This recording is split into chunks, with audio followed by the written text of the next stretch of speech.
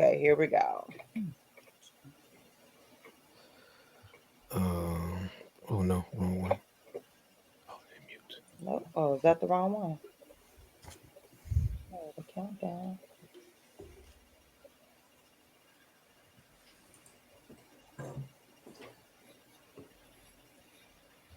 Nope.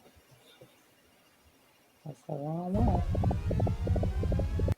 Nope, nope, nope, nope. Oh.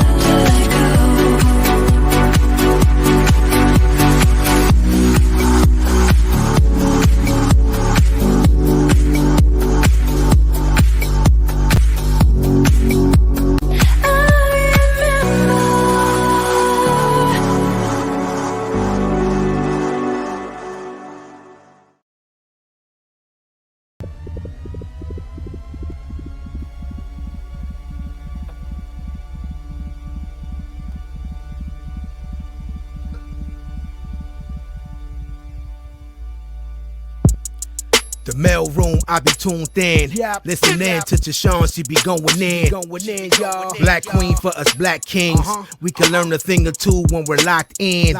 One of the few places we can be heard. Facts, man, I rocks with her, that's my word. The show is enlightening, engagement always enticing. I always come with an open mind, I'm never frightened. Guaranteed to walk away with minerals. Now that I'm thinking everything else is minuscule. Rid of fools who don't protect black women. No arguing, disrespect, and that's it. Please come in peace when you call in. Cause our friends ain't no slouch, fair warning. The mail room, messages from him. Y'all better listen if you wanna win. The mail room to stay, the mail room, yes, it's here to stay. Messages from him, tune in. The mail room to stay, the mail room, yes, it's here to stay. Messages from him, tune in. The mail room to stay, the mail room, yes, it's here to stay. Messages from him, tune in. The mail room to stay, the mail room, yes, it's here to stay. Messages from him, tune in. Oh, beautiful people. How y'all doing? How you doing? Good morning, Well, everybody. good morning. Wait a minute, what's going on? Where you at, girl? There you go. Y'all know I'm still getting used to all of these new formats that we have on the StreamYard, as they say on the StreamYard. What's going on, beautiful people? Listen, before we get started, TMR is sponsored by Swag Heart Magazine and TLC Coaching Services and hosted on 101 TKO Radio podcast. So listen up, good people. We're back for season 6 in podcast form. We are now coming to you on all major podcast platforms, including Apple, Spotify, Google, and 101 TKO Radio podcast. Oh, wait a minute, and iHeart. Duh. Come on now. That's right. Listen, subscribe to our YouTube, the Mailroom 7671, and download that 101 TKO Radio app to listen to all of the episodes. It's easy as 1, 2, 3. Y'all. Right. So I'm so super dope. I got my friends in the building today. Yeah. DJ Johnny Friends. Good morning. Good morning. Good morning. Yeah. I got Earnest James. How you doing? I'm good. Good morning, everybody. Good morning. I have special guest Kalita Javon. How you doing? Oh, she delayed a little bit. Uh-oh. Okay, I'm doing well. Oh, yeah, Thank you for having me. Ooh, about a 30-second delay, girl. Our guest co-host Evelyn Whitney. How you doing? Doing well. Happy to be with you all this morning. Awesome. Listen, we are today we're going to talk extend the episode from last week, the power of forgiveness. So we're going to extend that today, and we have our two special guests, Kalita and Ernest, to talk about an event that is very important to them, that is about forgiveness, and discuss forgiveness in our relationship. And we also know it is Super Bowl weekend. Yeah. I got teams playing. None of our teams playing. I don't even know who's playing. I haven't even been following. Yeah. San Francisco 49ers and the Kansas City Chiefs. Yeah. I just heard somebody last week like, "Oh yeah, Super Bowl." I'm like, "Dang, already?" I don't think I was watching one game this season. I haven't either. I ain't gonna lie. Even though I'm not a football fanatic, I still my Raiders were out, so but they did pretty well. So the Raiders still playing? Wow, I didn't know that. You know what? You got jokes.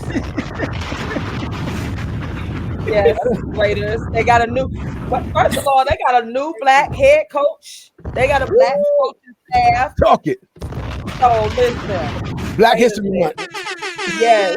You know what I'm saying? But I'm just at the Super Bowl. I'm watching it because y'all know my baby.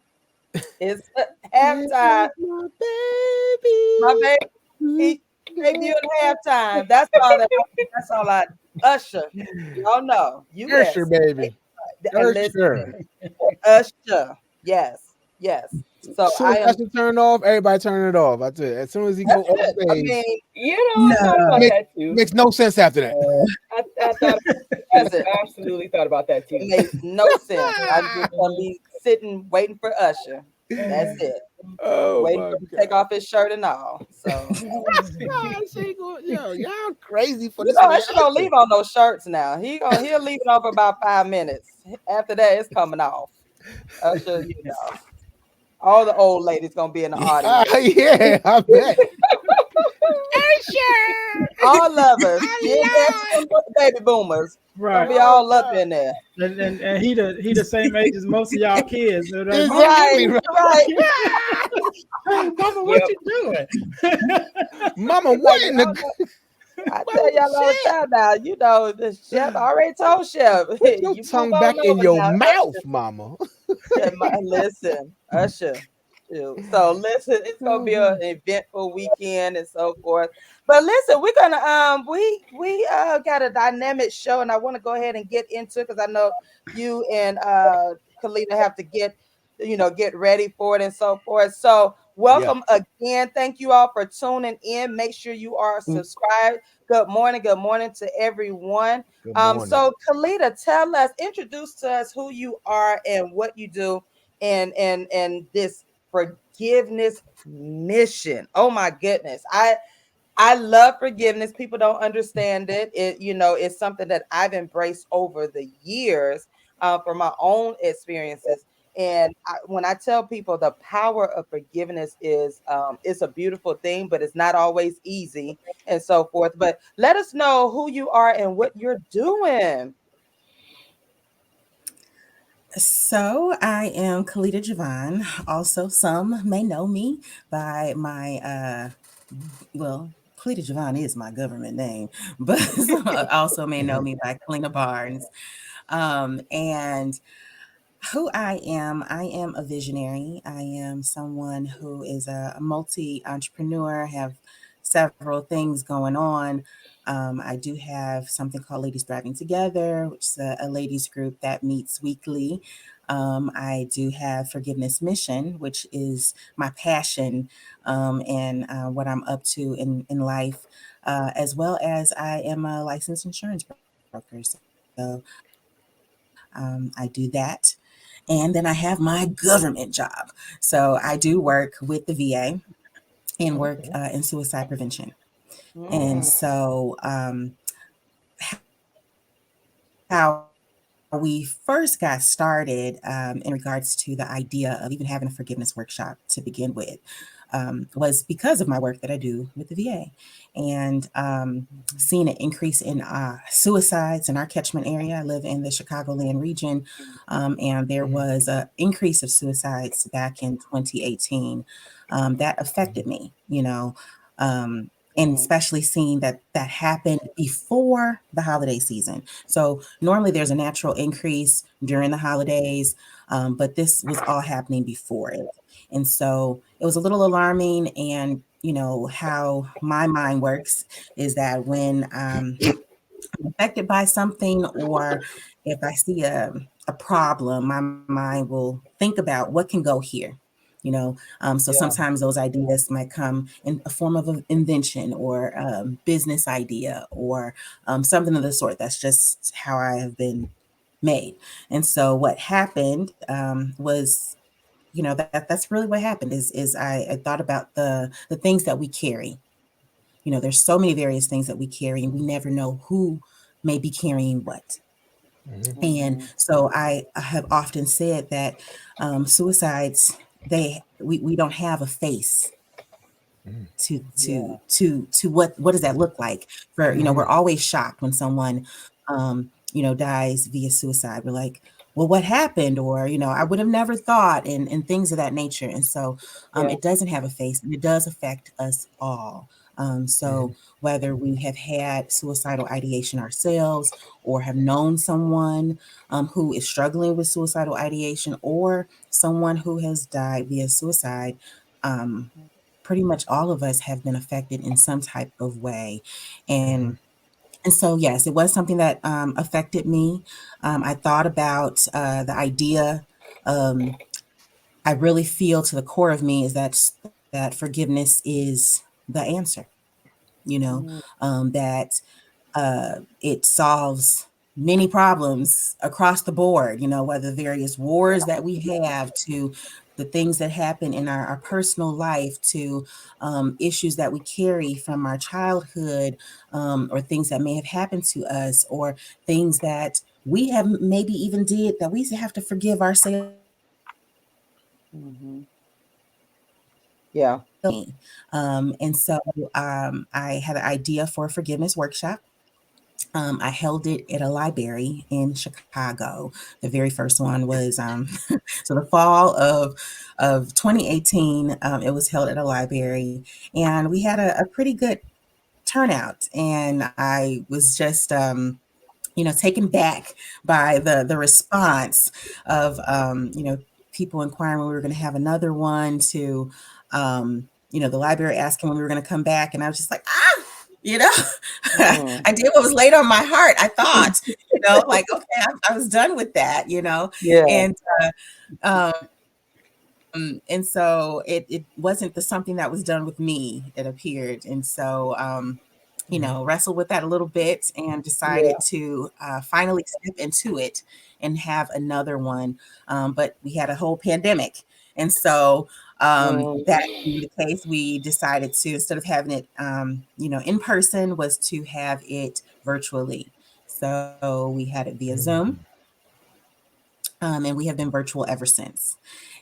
And Wow. so we made the commitment to do them quarterly, and now we've progressed to having them bi-monthly. So that's what we do.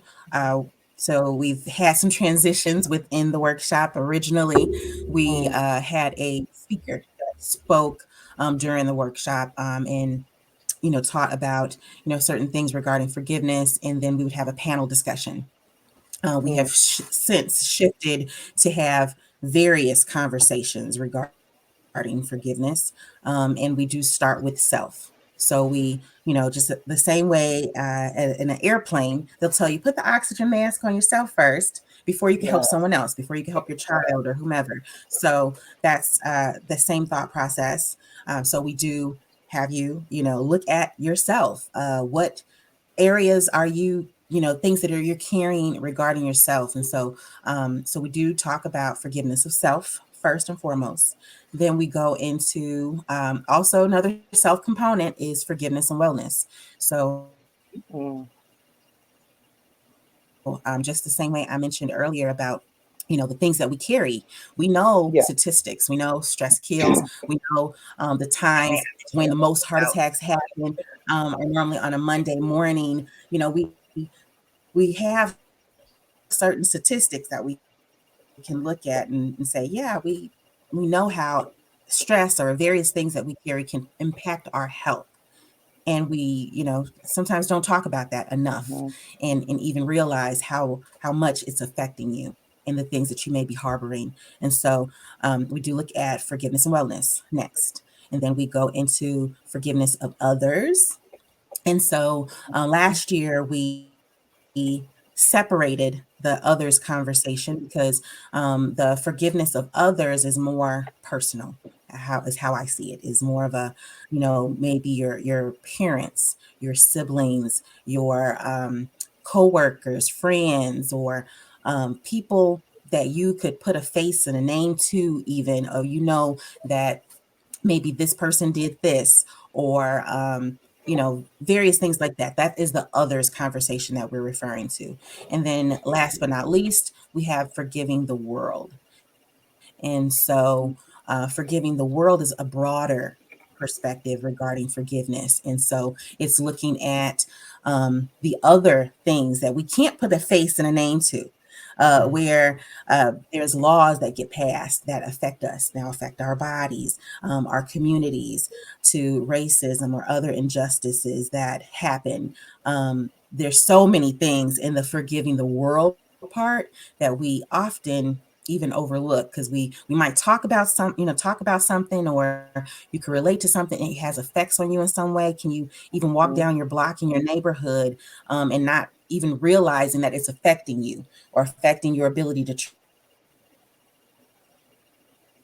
trust, or affecting certain, even certain, when you have something that you're carrying in one area, it has a ripple effect in many other areas in your life. And so you're like, whether it's even as simple as starting a business. It's like, oh yeah, I wanted to do this, but because of what you may be carrying and the things that you may be carrying, you're having struggles in certain another areas. So, so that is what we do. We do have the forgiveness workshops bi-monthly, and we do cover those 4 areas of forgiveness within our workshops. Wow, I love that because it seems like that is not just a forgiveness workshop. It's not just another workshop. It has a curriculum, and it has meaningful components. And I love that the fact that you're touching on each part of the whole self. So it's like, the wraparound services for the entire self. PR Erica Smith says, being totally honest, forgiveness of self has always been most difficult for her, and I can attest it's probably harsh on a lot of people to forgive self. What is my question to you? What is the biggest hurdle when you're doing your workshops and when you're creating and you're listening and talking to people? What is the biggest hurdle that you've experienced doing these workshops? Mm,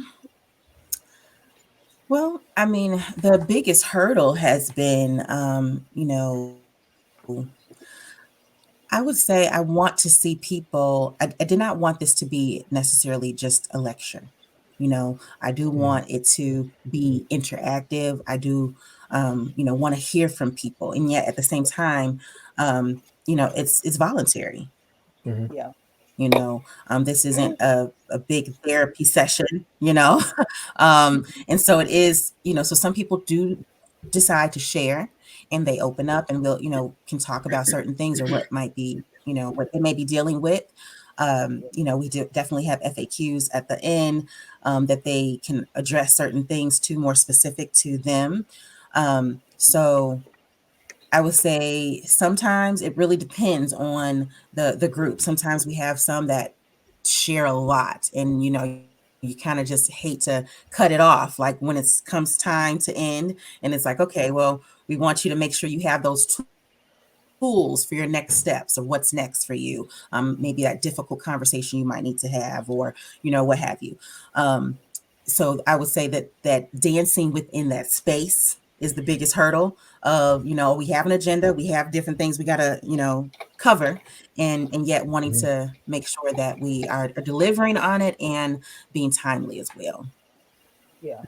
One thing though, Tashawn, that I'm glad about is that it's a living organism, right? And so every time we do it, we gain something else to carry on. So the whole section of talking about excuse me, forgiveness of self came from a comment during one of the lectures, not lectures, but one of the Mhm. workshops that we were having, and someone asked a question, and the whole self analogy, and that's how I know God is at work. So in that moment, just from that question came the whole acronym for self, and that whole idea that actually is now is a full section of the forgiveness mission came from a question that was asked in the midst of the workshop. So every time we do it, we have new people with new ideas and new situations, and it just continues to grow. Wow. And I have piggybacking a off of that, okay, I'm sorry. Go oh ahead. I I had a question. Is there an age range that you serve more predominantly? I mean, if there's a 14-year-old who wants to come to the workshop, is that okay? Or do they need parental consent? Or what's the age range of the people who are looking for your services? So currently it's more so middle age to, possibly let's say 60, 65 or so, I would say, to give or take 30 to 60, let's say, possibly between that range, that the most people in regards to showing up. But we have had teenagers show up, previously. We have had people, international. We are international now, where we have had people from the UK, Canada. I believe we had someone from Morocco, and Australia at one point. So we've have had various people from various places, and so we have also have had teenagers at times. We have not had youth per se, but the conversation regarding forgiveness is literally for all. I feel like the the way we are having the conversation isn't something that they can't grasp, being younger. It is, it's possible for someone younger to be in the space as well. One of my goals is to actually create a curriculum for youth and to, get it into schools. That's a goal of mine. So if you're on the line and would love to help out with forgiveness mission at any capacity, I definitely would love collaboration and things of that nature as well. So, the vision is large and we have much. That's why it's called Forgiveness Mission for a reason, because this is truly the mission, and to definitely spread, internationally. Is not just even a USA thing. I definitely welcome connections with others and collaboration. So. Yeah, But what I was about Wonderful. to say, as far as Wonderful. piggybacking on what Ernest was saying, um, is yes, there are sometimes things that come up within our workshops that we like, what? Oh my goodness, that is something we definitely have to have or add in there next time, And so our workshops are, I would say they're different. We have the same structure and we have the same, but because of who may be there, because of what things may come up, so even if you've attended one in the past, I would say come back again, especially since we've made upgrades and changes and things of that nature. Come back again and again, because you'll be at a different place next time go around. So in 6 months down the line, you'll be in another place and you could probably see something or receive something a little differently. So definitely would say to come back. Another thing that I will mention is Ernest had mentioned forgiveness of self coming up in one of our conversations. Well, one of our last workshops, something regarding forgiving God was something that came up, mm, and Yeah. that is a huge something that even during the sharing, and another person that shared that was, and I do want to say, forgiveness mission is, even though I am a proud Christian myself, just FYI, I am, that is, who I am. Yet, Forgiveness Mission was created for all. I specifically, I had the opportunity to host it at a church, or had connections that I could have, had religious ties, and I specifically chose not to. Because I do know and understand that there are some that have church hurt and have various different things that if it was connected in any type of way, they wouldn't have even attended. And then you have, within the church community where you have, okay, well, this was given by Lutheran, but then we're Kojic, but then, or these are this, and they may not attend the same conference even, or different things. And it's like, we're all the same body, we're all so we all come together. So those have been some of my views. And so specifically, I have had this with not a moral basis.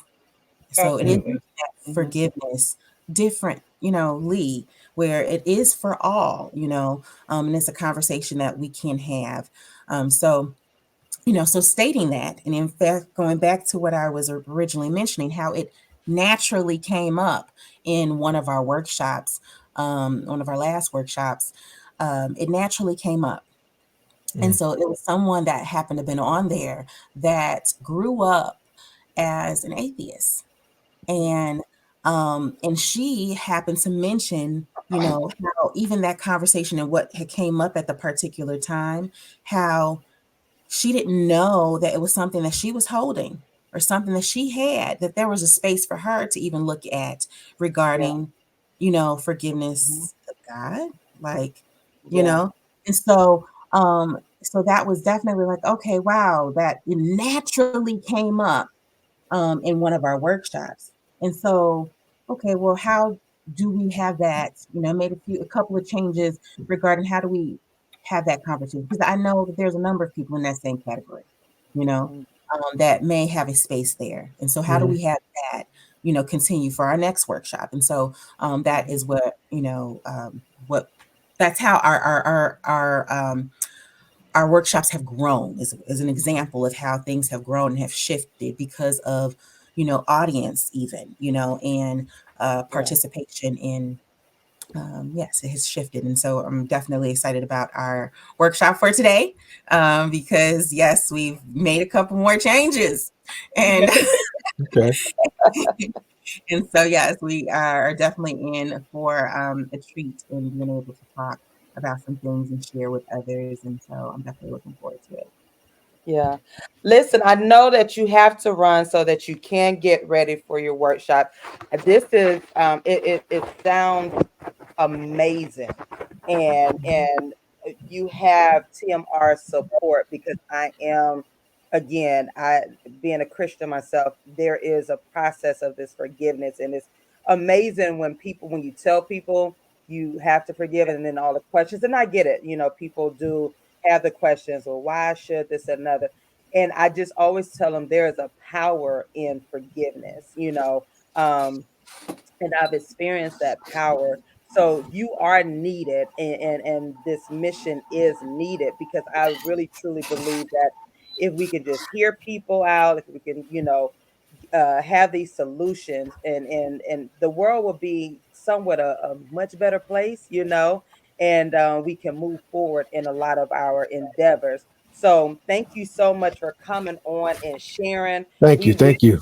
best today. Absolutely. And again, if you need our support, we're here to support you. TMR, Ernest to tell you, just No reach doubt. out to me because TMR is all about solutions. We're Hmm. not just a podcast who's just going to keep things going. We're about Yeah. bridging that communication gap in our relationships, and Hmm. we're about connecting with other like-minded people in our communities because we have to start in the community. Hmm. So whatever you need us to do, reach out with Ernest and get just contact us. But we thank you, we send you blessings, and have a Definitely. wonderful, wonderful event today. Definitely. For Thank real. you. Thank you so much. You guys Bye. have a blessed day. You too. You Take care. too. That was dope. Yes. That was. Listen, I we're gonna re- take a quick commercial break. We got some commercials, y'all. Business shout out. That's right. We're gonna take a quick look at 30 seconds. Hold on, y'all. I'm so super dope. My team, um, oh Yeah, shoot. we nice. We nice.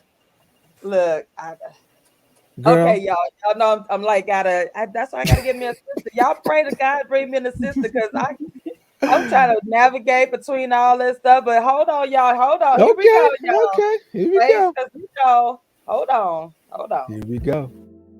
Tatiana, a knotless technician. Visit her IG at Hair by Tatiana. DJ Johnny Prince, DJ and podcaster. Follow his IG at Beat Clear Alert Podcast. Evelyn Whitney, author. Please visit www.evelynwhitney.com. Ernest James, motivational speaker. Please visit www.ebooksbyejames.com. That was dope. That was dope. That was Wow. dope. We got Very more. cool. Very We got cool. more. Come I on got my now. Come timer on. on because we gotta try to Come on. make this time thing. What you So I talking got about? my timer. We got the others. Yeah. But if you would like your business shouted out, you guys connect with TMR, DM me or email me at YGM7671. Invest in your business. Yes, we are all small business owners. So Mhm. we have to take some steps in investing. So what better way to invest in is with a shout out, business That's shout right. out, That's right. a That's right. major platform on major platforms. So thank you all. DJ Johnny Prince and our very own Mr. LaRon take over and so forth with us. That's right. Oh, we will kick Baby it down E. the door, baby. We coming in here. Yes, Erica. Yep, that's that voice, That's DJ. that's me, baby. The one and only, baby. The one and only. So thank y'all so much for investing in your business and No with doubt. No doubt. TMR. So we appreciate you. So listen, let's continue this discussion on our Yeah. forgiveness. And Ernest, you are a part of the mission, correct? Yes. So tell Yeah. us your part. How did you become involved with it? So me and Kalita actually met about a year, maybe it's probably 2 years at this point, about 2 years ago, and became friends. And in the midst of the conversation, she mentioned that that was something that she was doing with the forgiveness workshop. And then still at this time, it was during the hiatus of it. She had did the first one, but then she hadn't did it again, and she was mentioning to me about it had really been on her to start it back up to do it again. But now at this point, we're in the pandemic.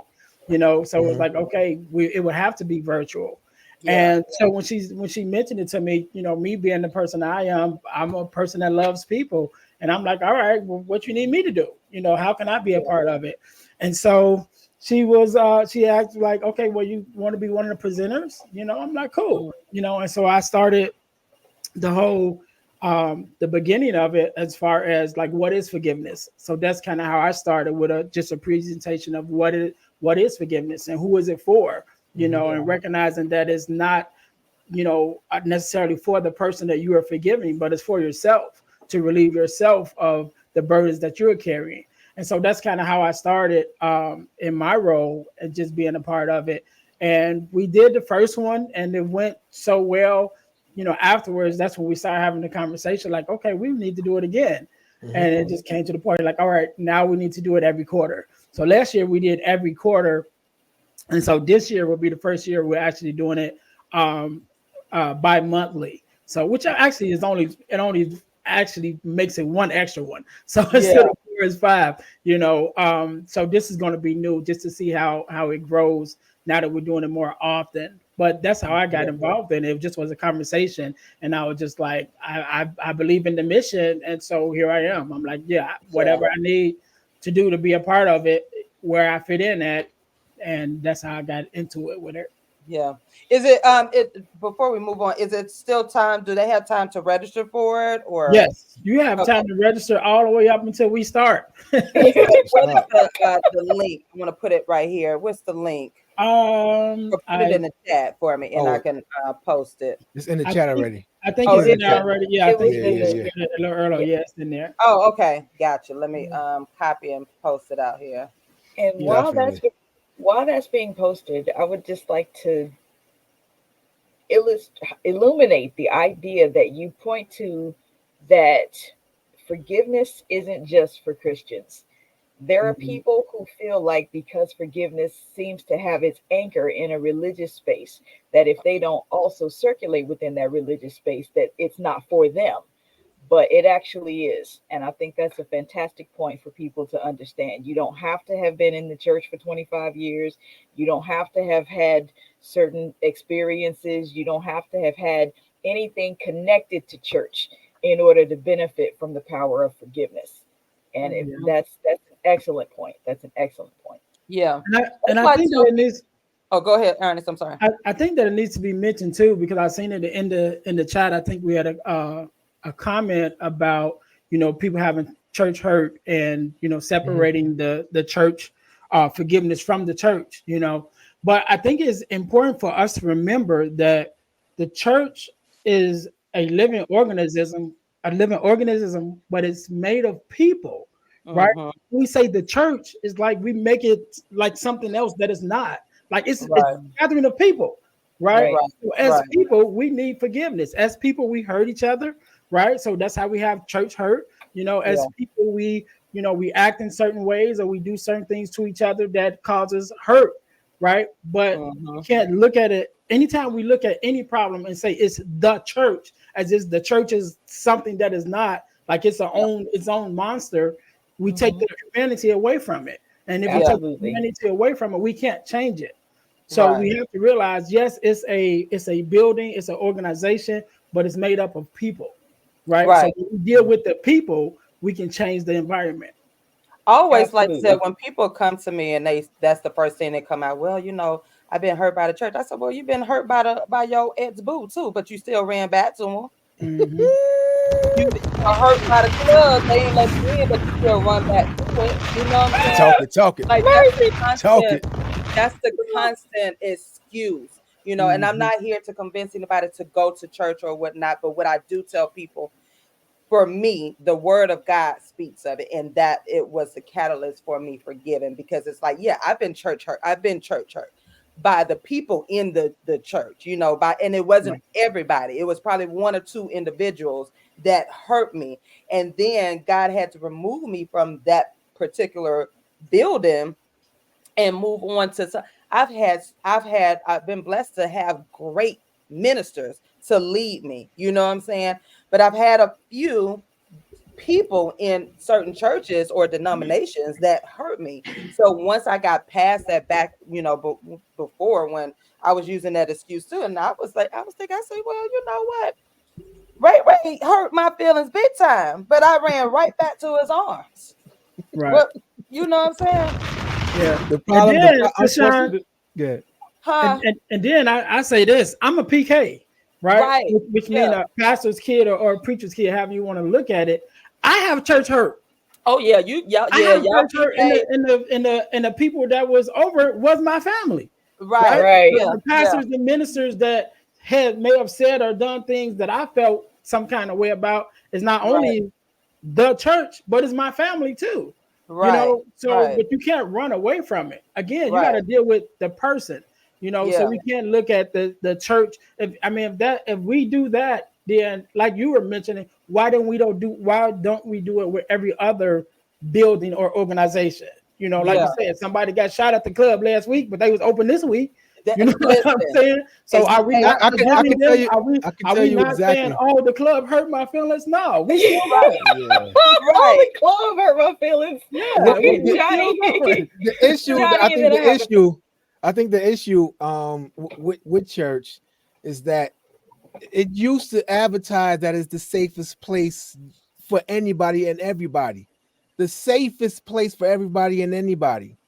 So when and we then go to the people go club, we expect left. it to get we know what to expect, right? When we go to Pookie or whatever, or we know what to expect. We just choose to do that. We choose for some reason, whatever, the trauma, whatever that makes us choose that. But when we go to the church, we don't expect to get hurt because it's advertised as the safest haven ever. So Yeah. Mhm. when we go to church and when we get hurt, it's oh my God, it's a surprise because I'm expecting to be to have some sort of healing, to start this journey to Mhm. God. I'm the most vulnerable I've ever been, but then I get abused and hurt there. So that's why it hits Mhm. different. You know what I'm saying? It hits different when you're hurt by the church because Mhm. it's not just that church, it's churches all over the uh it's churches all over. It's, you know what I mean? And so that's what's hurting the religion, is that But I, these people are getting hurt in the church. So You let know what me I'm yeah. saying? say this. So let me say this. When we generalize, and I don't want this to be the whole religion thing, but Mhm, when we generalize churches and say all churches, mhm, that's the problem I have. mhm, mhm. Because it's like, so you visited every church in the nation, every church, you visited You're every right. church, and I'm not saying Nah. just you. I'm saying All we men are do Yeah, this. yeah, dogs, yeah. all And women are dogs. so we Yeah, yeah. generalize one hurt. We were hurt by one thing, and then we Mhm, mhm. generalize all pastors, all churches, and all people, right? Yeah, And yeah. Mhm. so then we make that excuse. Oh, I ain't forgiving nobody because da da da da whatever. And then so what happens is, and then you mentioned that we advertise the as a safe space. Well, It is used to. it is a Yes, safe they do. haven, but Mhm, what happens, and correct me if I'm wrong, Ernest, as a PK, what happens is we are expecting the church and the ministers to be magicians, and we don't Mhm. want to do our work, we don't want to follow the word of God. So yeah, when that's we true. get into the churches, right, we'll feel like, oh well, now my life is all over. I'm about to be I get filled with the saved Holy and I'm Ghost. gonna, Everything is I'm good now. right. I'm gonna be I'm rich about to start because, speaking it. Mm-hmm. but God didn't say that. He Yeah. says in His Word that you're gonna, as a Christian, you're gonna go through long suffering and whatnot. It's a journey. But what happens is, many of us who come into Christ and who comes into the Word and all of that, you do look, and in the beginning, you're looking for that magical moment. I gave my life to Jesus. I'm That's going to true. church, and hallelujah, praise God. Everything is going to be Without forgiven, doing no and work. nobody expects a journey.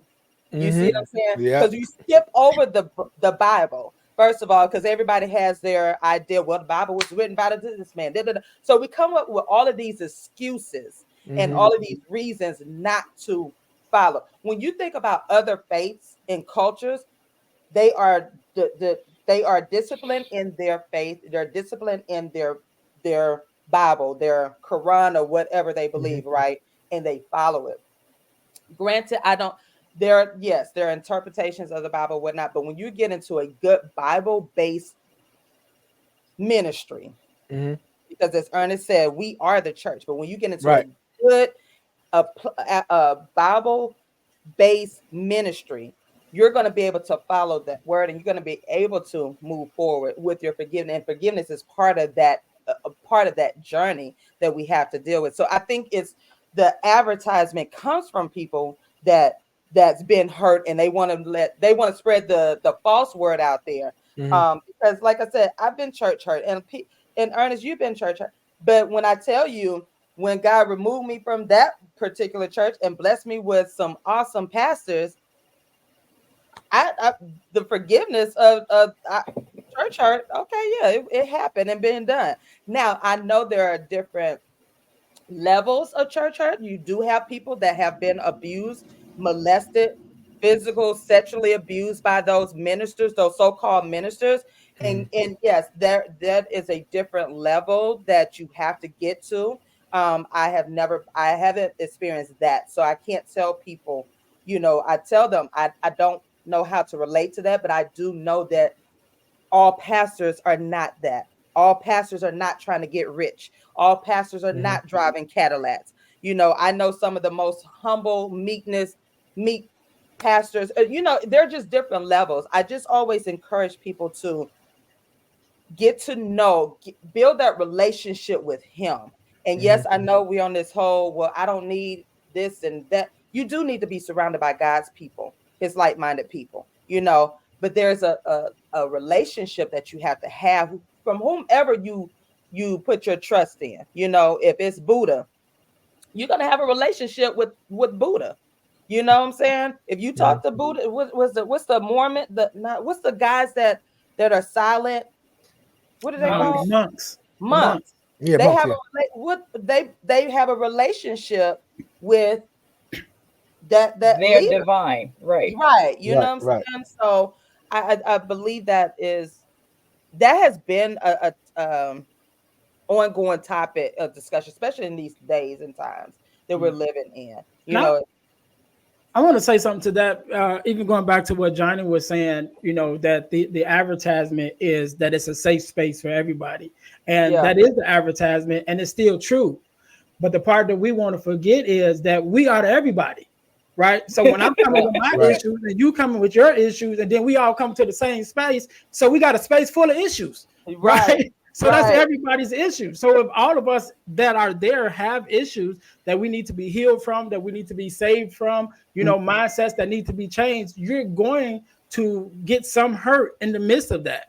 And that's Yeah. not just with the church, that's with any organization. How many times you started a new job and when you got there, you already knew the person that you didn't like, right? Okay. And then when you talk about leadership, how many people you had a job and you didn't like your boss, but But you we still still kept there going.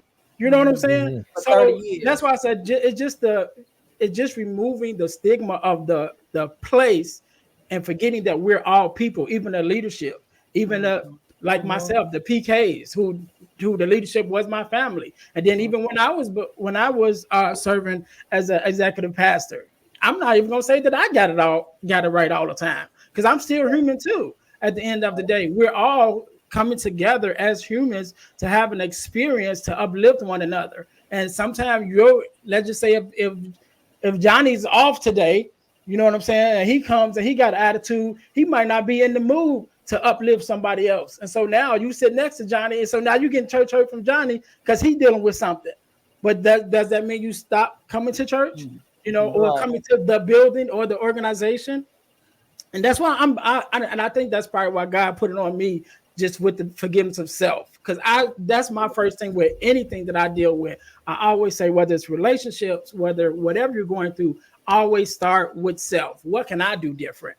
You know what I'm saying? How can I express myself differently or carry myself differently to change the atmosphere that I'm in or whatever situation that I'm in? So even in the church, whether you're in leadership, whether you're just in membership or whatever organization or wherever place that you're a part of, what can I do different? If I walk into this space, if I come on the mail room and I say, man, I don't like what's being said, what's going on, what can I do to change the narrative?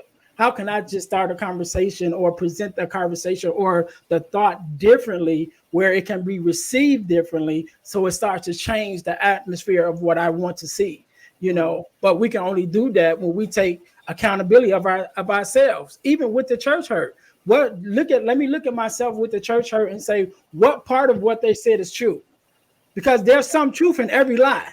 You know what I'm saying? Right. What part of that is true, right? So now let me address the parts that's true, and then maybe that will automatically weave out the part that's not true, you Yeah. know? And so, but it takes self-accountability. Danny says, also her comment is not about church hurt. It's about people who think people in the church are weak and docile for always turning the other cheek. Yeah. When I read your comment earlier, that's what, yeah, people do think that you're weak when you say, I forgive them, or they think you're passive. And they're like, well, why would you forgive them? And this, and I'm like, listen, yo, I'm forgiven because I know it is something that I have to do, not just as a Christian, but as a human being, because the power that, as I talked about last week, the power that you give to somebody when you don't forgive them, it is strong. And so that is no way by when people do think that, if you forget, I've had people say, oh, you forgive so easily. No, it's a process now that I've grown and matured, that now I can look at some stuff and I say, you know what? You ain't even worth losing sleep over, or this, that, and the Right. other. It's just different offenses, but I just know that that's part of the journey that I have to take, the forgiveness journey. It has to be in there.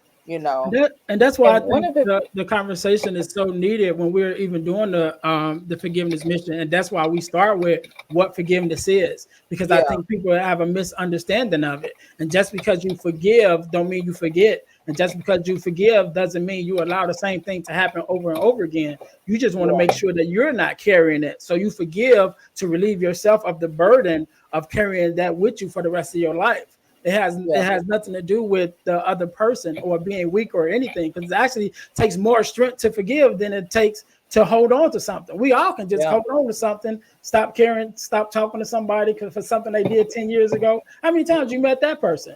They still Right. mad at y'all been divorced 10 years. You done got remarried and everything, but still you Mhm. holding something against this person. Like, okay, so how's that helping you? How is that benefiting you? And again, if we start getting into the conversation about carrying unforgiveness and how it affects your body, what health issues and things are you carrying because you haven't forgave this person from 10 years ago? So I think the conversation is much needed because people don't really understand what forgiveness is and what it means to forgive.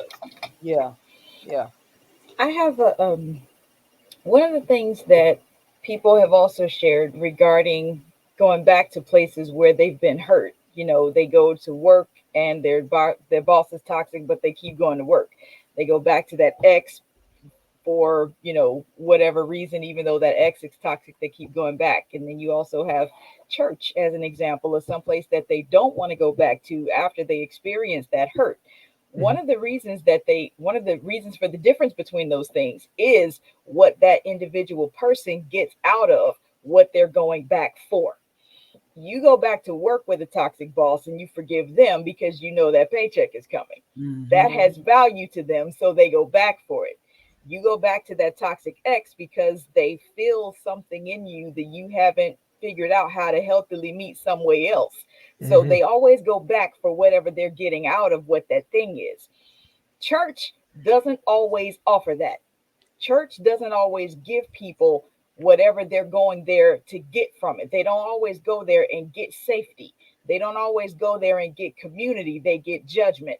They don't always go there to get whatever they go there to get. It's not what they receive from the people who are there. So that is kind of a difference in why they go back to certain things that have hurt them, and they won't go back to church after church hurts them.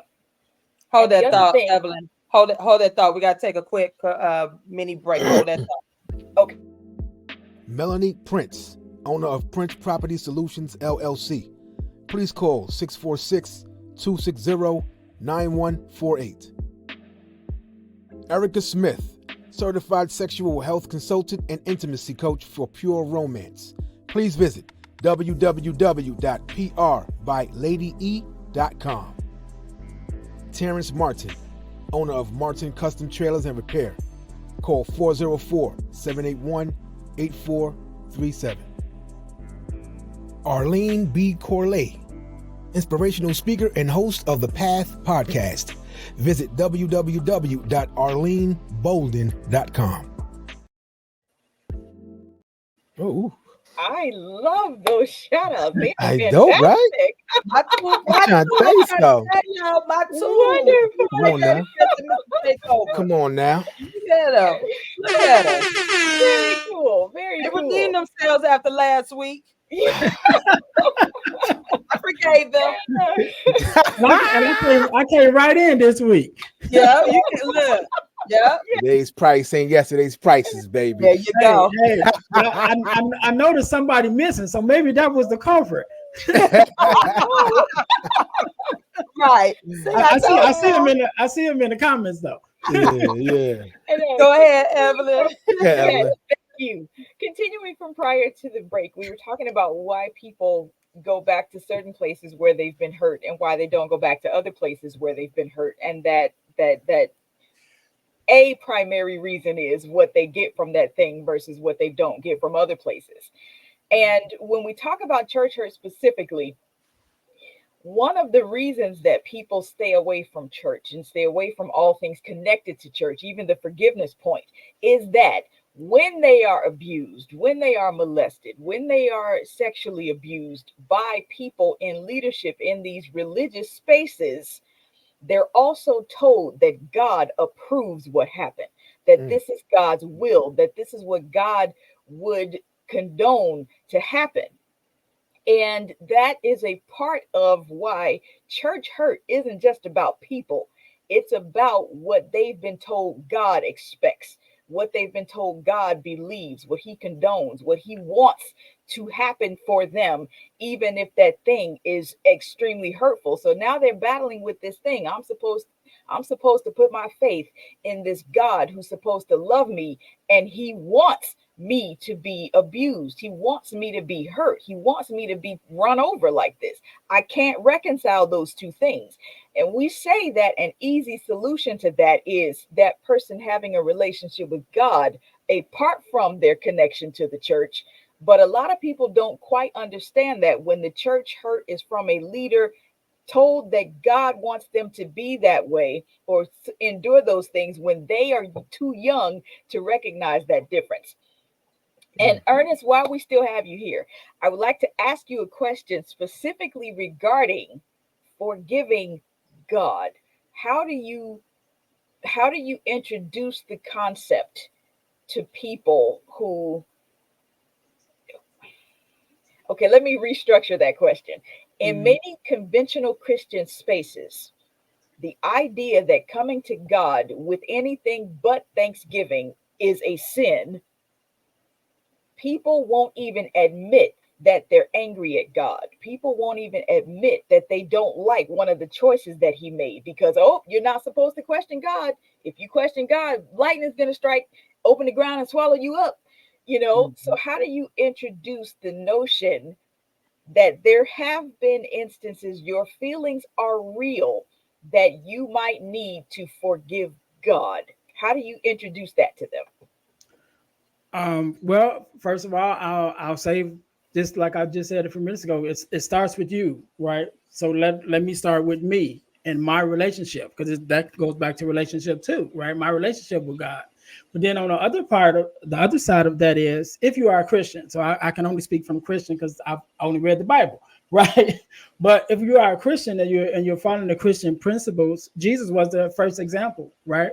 The main example that we follow as the perfect Christian, if you want to say that. But there was a time when Jesus was on the cross. He said, "Why have you forsaken me?" In other words, he asked God, like, what I do? Why you doing me like this? You know what I'm saying? So is it wrong to question God when you're sitting that you're having a conversation? If we go back further into the talk about the life of Job, and Job was like, what I do? Because if you remember when the book of Job starts, it starts with the devil looking for somebody who that they can, he can test. And God volunteered Job. Job Yeah. wasn't even in the conversation. God was like, "Yo, my man Job, he gonna stay. He gonna what they say, stand on business, right? Right. Yes. Like my man Job gonna stand on business." And so, from Job's eyes, it's like, God, what did I do wrong? But God still allowed him to be tested because, if I can say it this way, God had faith in Job. You know what I'm saying? So, if you are going through certain things, there is a reason. I believe, and I believe this too. And if you're a Christian, I've been really on this kick a lot lately, is really being able to understand when we say all things work for our good, it means all things. If we really have faith that that's true, right? So I don't know why this just been in my space a lot lately, but I even talk about my journey and everything that I'm doing now came as a result of my getting a divorce, me going through the divorce, and it has nothing to do with my ex-wife, but it just put me on a different trajectory, right? Which has led me to where I am now. Like everything that I've done in the last 3 years. This is only like 3 years. Everything that I've done in the last 3 years have got me here, but it all was a result of my divorce. So if I say, well, God, I'm mad at you because you allow all these bad things to happen to me, even when some of the things have been my own decisions that I placed my own self in, then I can hold a grudge against God and say, oh no, God, you did me wrong. But if I really believe in my faith that whatever God allows me to go through or puts me through, however you want to look at it, that is going to work out for my good, then I relieve myself from that. And I can say, all right, God, what am I supposed to learn from this? What am I supposed to get out of this? What am I supposed to do with this hurt that I've experienced? Because I believe there's a reason why you allowed me to experience it. And one of the things that I also talk about is collateral damage. Some things you go through, it may not necessarily be for you. You just happen to be collateral damage of it, right? And so I give my own testimony of when my mom passed away. When my mom passed away, before my mom passed away, my mother-in-law at the time had passed away first, and then my mom passed away. They both passed away from cancer. And so from that experience and me going into bereavement support for myself, I realized how much it played, how much it helped me. So I started a nonprofit organization bringing bereavement support to our community, right? So out of my mom passing, I got that revelation, I got that mission, I got that purpose. Well, I got 8 sisters and brothers. They didn't get that. Yeah. You know what I'm saying? All they got was the pain and the hurt. You know what I mean? So maybe my mom had to pass away because God had a purpose for me to fulfill. And unfortunately, they just happen to be related to me. So you get the same hurt, but you don't get the same passion. You don't get the same purpose. And so sometimes we just have that collateral damage. And we just like, sorry, you here for the ride. And going back to Job, he lost his kids. You know what I'm saying? It wasn't nothing they did, but they were just collateral damage because they happened to be connected to the person with the purpose. You know what I mean? And so I just think when we look at that, if we want to say, God, why have you forsaken me? But if we really have faith in what we say we believe as Christians, again, I can only speak from a Christian point of view, that all things work for our good because we love God, then I know, this is uncomfortable for me right now, but there's a reason why I'm going through it. And that reason might be collateral damage. So it might not even have nothing to do with me. I'm just affected by it. Or it might be because he has a purpose for me to learn something and do something out of this pain that I'm going through now that serves a greater purpose for him. Ooh, you said a mouthful there. Romans 8:28. All things do work for you. And it's the same thing, Ernest. You do go through and you ask God, like, what did I do to you? I was Joe Better in my season when I got divorced. I was Joe Better. You took I was like, you took everything from me, like car, marriage, house, job, you know what I'm saying, for 3 years. And Oh I'm man. like, oh my gosh. And you do, and that whole beginning, as I talk about in my book, that was the purpose. Because if I had not don't grab me, I don't like what my ex-husband did.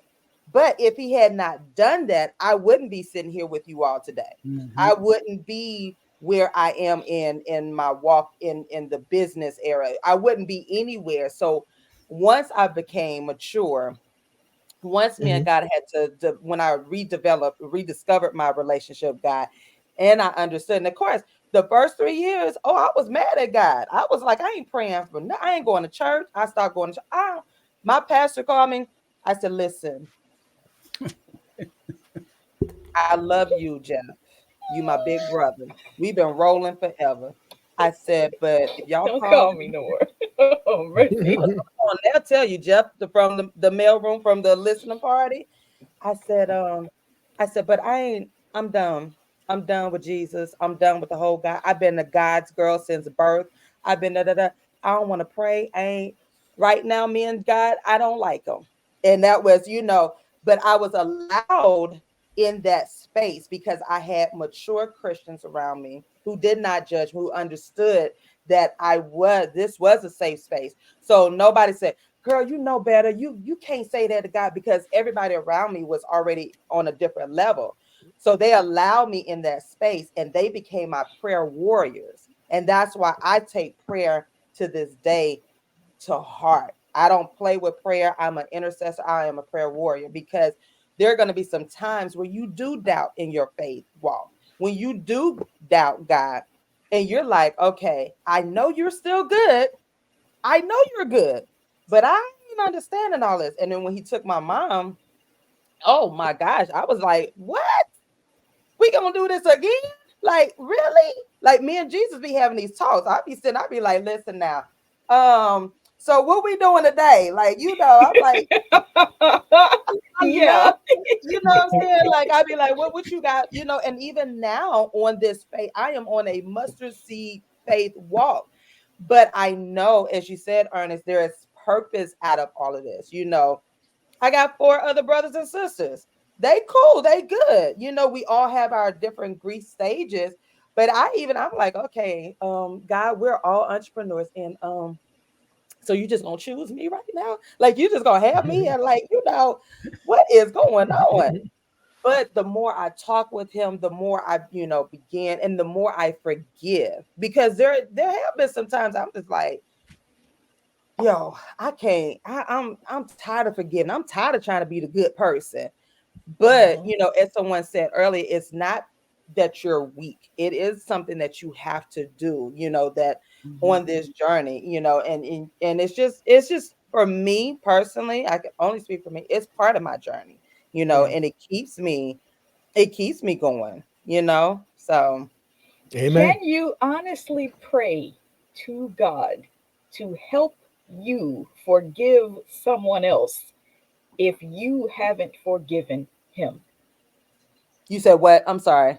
Not you specifically, but just you in general. Hmm. What a question, girl. Yeah. Can a person honestly pray to God to help them forgive someone else if they themselves have not forgiven God?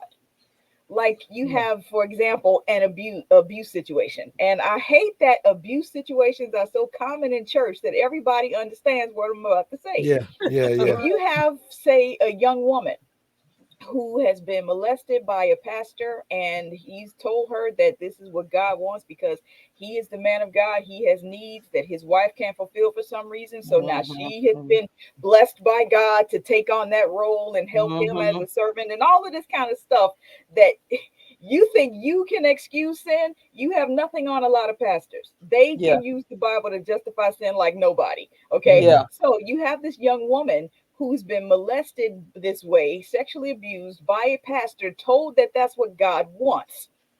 Hmm. can she actually honestly pray to God to help her forgive that pastor if she does not or has not forgiven God for allowing that to happen to her? And the answer is yes. And the reason why I say that is because the women, remember, I talked about the women I had on my podcast, and two of those women were molested by their pastors. And they are, and one of, oh my gosh, that story is so phenomenal. And one of the pastors, he was living a double life. He was gay and bisexual and married and abusive to the women in the church. And a similar question like yours came up about that. Like, how can you forgive? How could you still have a relationship with God and all of this happen in your life and whatnot? And I remember her saying that it was definitely not easy for her. And she had to go through again, use the therapy and all of that, but she had to really understand that it wasn't God, it was that man, that Wait, man. you And said Christians get therapy? Did you oh say yeah, Christians get therapy? oh yeah. Hello. I'm number because and I have a faith therapist. And there are when I this is the part we love to say, and I say we as a general, that it was a stigma that you just pray to God and he's gonna, but this is what people don't understand about God. God uses people as resources. He created Christian-based, faith-based therapists. Why do y'all think he allowed there are faith-based doctors, lawyers, entrepreneurs, all of this? You don't have to go around and say, "Oh, I'm faith-based," because your actions are going to speak louder than words. You're going to use those principles, and whatnot. But yes, Christians, we need it. Mhm. We really do need it. I tell people, yes, I have a faith-based therapist. I love it because when I'm able to go and it all connects, with what I'm going through because again, that is that stigma. Yes, Christians, listen, Christians, y'all can keep praying by yourself if you want to, which is good because it doesn't mean that it's going to be a lifetime situation. And it doesn't mean that it's always something bad. Sometimes you just need, like, okay, I'm not sure what I'm doing or is this right? So yeah, I listen, Yeah. I And I, know, yeah, yeah, and I always tell people you can't pray everything away, right? You exactly. can't you can't pray everything away. And then there are even the Bible says first natural, then spiritual, right? And Yeah. also it says faith without works, right? So just to make it simple, if you're a diabetic and you know you're not supposed to be having sugar, you can pray all day. But if you Right. keep on having that sugar, what's that's You're gonna going to die. do? Where's Right. your works behind your faith? Right? Yes. So your faith is God, I want you to heal me, but you can't keep doing contrary to the healing and expect it to work. There is some work that you must do as a natural person. And I think that's where Mhm. our biggest thing is. We expect even God because it's like, well, God, you're spiritual, so you should be able to do everything. And we take the responsibility of ourselves as being natural men and women. There is Yeah. a job, there is a part in everything that we have to play for ourselves and our being. So we Yeah. can't expect God to just do everything. And I think that's a big thing in the church too that leads to church hurt and everything, that we expect God to do all the work. We All the want God, work. I'm just gonna pray and God is gonna make it happen. And I'm gonna sit back and sip on my cognac while he do all the work, and I ain't gonna do Right, nothing. right. You You be know, and like, I think Jesus that's ain't dumb the now. I You think be that's like, don't take God for granted now. He ain't stupid. He ain't weak. right. You know what I'm saying? Yeah. Like, come on, don't use me. Don't pray when nothing is when things going bad and you've been out here doing everything under the sun. And that's part of that relationship. People do think they be like, oh, I could just pray and it's gonna be, and then they do get mad when it doesn't happen. It's like, no, here's the thing. The same type of relationship that you have with your friends and your family, God wants it too. It's like, talk to me too. Don't just come to me when you need some Mhm. money or you need a bill paid or you need Pookie to act right or whatnot. You got to have that relationship. He wanted the same relationship too. and he will work on your behalf. But you can't use me like, Sally around the block. You can't do that to me. God ain't weak. He ain't no. Ooh, Yeah, that is, yeah, and as a very coach, true. Yeah, Tashawn, you know that the biggest problem that we have with working with people is people don't want to do the work. they don't want to do the They work. want to go to their therapist. They want to go to their pastor. They want to go to their boss. They want everybody to fix their problems Mercy. without changing them. It's like if you Exactly. don't change you, even if I fix everything and wipe the slate clean, if you show up as the same person doing the same thing, you're gonna recreate everything that Yep. you just been healed from. You know what I'm Yep. saying? Because you Yes. have to do the work on yourself to say, okay, what part of this, again, going back to self, what part of this do I need to change to make sure that this healing, even if I receive the healing miraculously, what do I need to do to change so that I can stay in this space and not recreate the havoc all over again? You know, Right. and so that's like the biggest hurdle that in ministry we have to face, as Yep. bosses we have to face, In as any communication, kind of yeah, leadership we have to face. absolutely. People Yep. don't want to do the work. They want you to do all the work, and then they Yeah. just reap the benefits of it. And get Mhm. mad with you when they don't get the results. You're like, that's why I stopped. I weaned away from coaching women in a sense, because it's like that accountability piece. Nobody wants to do the work. I can't tell you. You can get a man. Everybody can get every woman can get a That's another man. show, Every bro. That's man another can get a. show. What'd you say? That's another What'd you show, say? baby. That's That's another. another show. Mhm. Look, every That man right can get a there. woman, but Yeah. there's some things that you got to do to put in place, and that's why I tell people I can't tell you how to get a man because when I'm trying to show you the steps, I wrote a journal about it. You don't want to read the first page. Mhm. You really want me to tell you how to get a man. And when I tell you that you got to change your attitude, then you get an attitude with me, and then there you go. Right. Listen, I ain't about to argue with you. I'm 52. I'm not about to argue with you. Not this. I ain't got time. Dude, I'm trying to keep my own relationship together. You think I got time Oh to my sit here and God. argue with you Yeah. about trying to get a man and you don't want to do the work? If I say you got to take the rollers out your head every day and fit yourself up, I shouldn't have to do all that. Well, then what you want? What you want? Get your stinking behind in there and groom yourself. Get in that bathtub. Put some perfume on. Put something on. But you want to sit here and argue with me? I refuse. And I actually happy. I refuse. I refuse. And I think that sometimes God is like that with us. So I refuse to go back and forth with y'all. I done told Mercy. you before. Mhm. Forgive and be done. I let me do the rest of it. I got them. You just do what I need you to do. I believe that's how God be feeling looking at it. His angels, I really do. I believe they be drinking and be like, you know what, dude? I can't deal with that one. Assign it Oh to my somebody God. else. Because that one right there, Oh, mm-mm, no. yeah, I've seen memes that joke about guardian angels getting Yeah, ready to be fired because their person is misbehaving so poorly. I can Angel. imagine. You know what I'm saying? Like literally, when you think about the people around here, we just be doing some foolish stuff. What we ain't Oh gonna my do, and this, goodness. that, and other. I know his people, his angels be like, nope, not today. Put me on another assignment. I'd rather go on over to the atheist side. Put me Oh, on the other side. mercy. I deal with them. These right here. Yeah. I definitely agree with that. One of my favorite movies of all times is It's a Wonderful Life, and I watch it every year around Yeah, Christmas time. yeah, And yeah. even at the angel there, he was like, you know what I'm saying? Like, what I'm supposed to do with this dude? You Right. know what I mean? He want to jump in front of cars and stuff. You know what I'm saying? It's like, how I'm supposed to say this dude? You know what I mean? But You're yeah, I know right. what That it's like. is. We I having like. that conversation, He and just then be like, going back to what we said, questioning God. Even the angels got questions like, Lord, what? yeah. Right, right. Why me? You know what I'm saying? Do I really want these wings this bad? It's like, Wow. whoo. Yeah. So the comments are jumping off, y'all. Keisha said people aren't being honest with themselves. They don't want to do the work. They think it's everybody else but Yep. them. That's That's true. it. Mhm, I mean, mhm, that literally, That is mhm, fact. mhm. that is fact.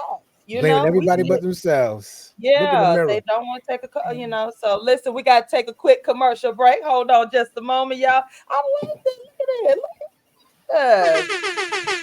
Look at here. Hold on, y'all. Hold on. Kimberly Lewis, owner of Chemistry Treats. Visit her IG at KIMISTRTY_treats. Toki Miller, 50 State Mortgage Loan Officer and owner of Lavish Living LLC. You can reach her at 504-564-4142. Janice Daniel, an esthetician and the owner of The Plush Lab. Visit www.theplushlab.com. Dr. Gina Crawford, owner of The Power Experience Ministry Consulting. Visit www.iscministries633.com. Yeah, price went up. Price went up. Wonderful. Wonderful. Very nice. Price going up after today, baby. As we're moving in the discussion of forgiveness again, I like the point that you made earlier, Tashawn, about that it is possible for a person to pray to God genuinely, asking God to help them forgive somebody else when they haven't yet forgiven God. That's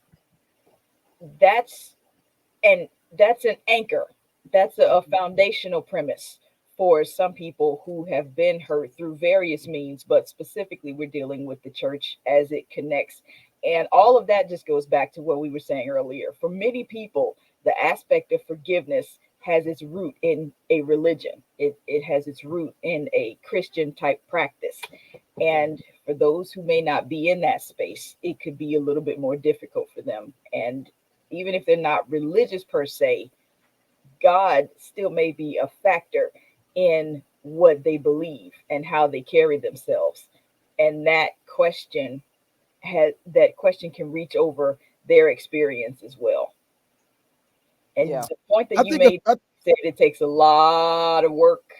It definitely does. A lot of work. Yeah. Yes, absolutely it does. Absolutely. I think that a lot of Christians and people of faith need to listen to or be in certain conversations of people that doesn't they don't have a faith or don't follow Christianity or don't follow but I think that both sides will have a greater understanding of each other and of different ways of life, different ways of thinking, different perspective.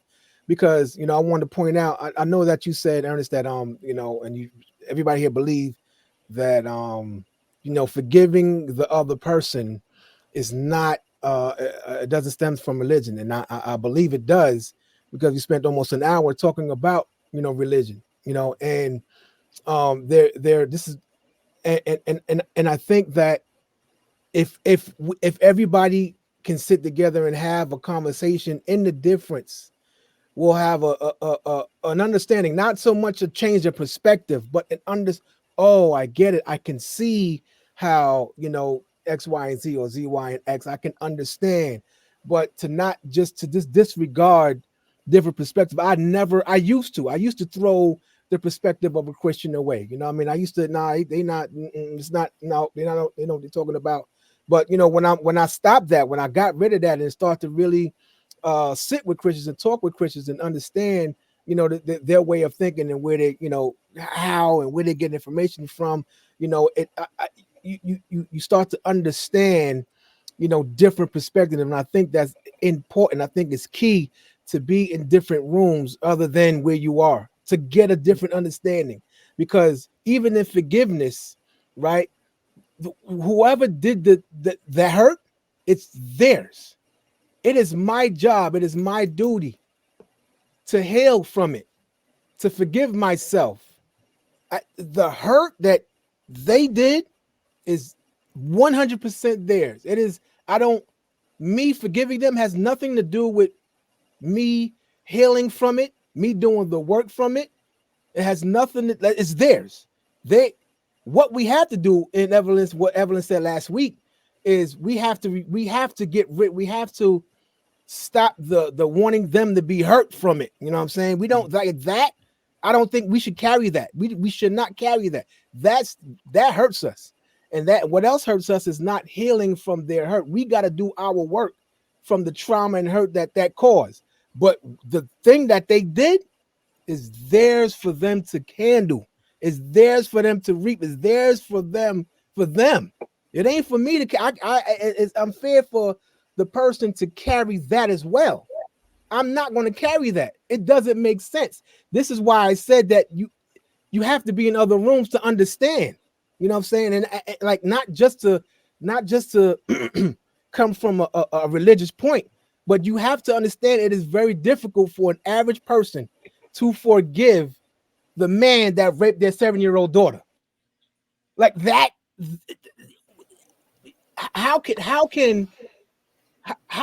that compute? How can that doesn't happen? That's not a regular thing. That it doesn't make sense. You know what I mean? And another thing is what's hurting religion of people of faith is that we're seeing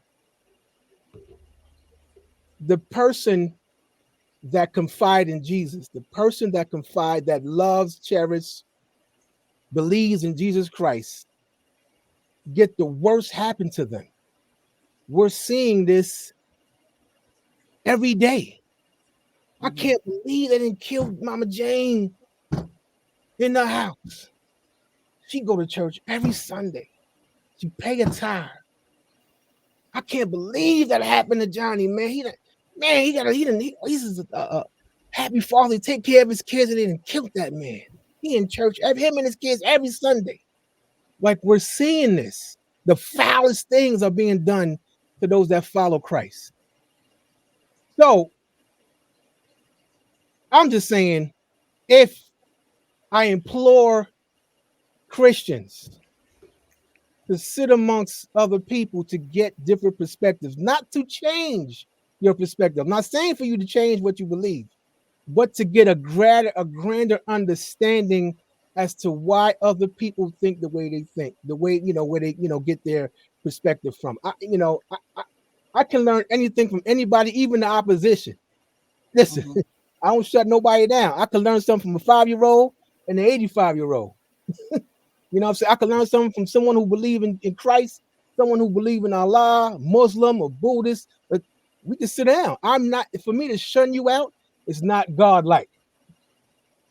I mean, and you make a good point. And to your point, the mature Christian is going to do that or is doing that. Yeah, right. You understand what I'm saying? Definitely. Because again, religion, we know that's a whole nother entity. When I took world religion in college, I learned so much, and I'm devout Christian, and I love learning about other religions. However, that's me too. We know that religion is religion, right? But when you come into Christianity, it is a faith, right? And there's a relationship. And so as you mature in Christ, as you mature in His Word, you have an open understanding.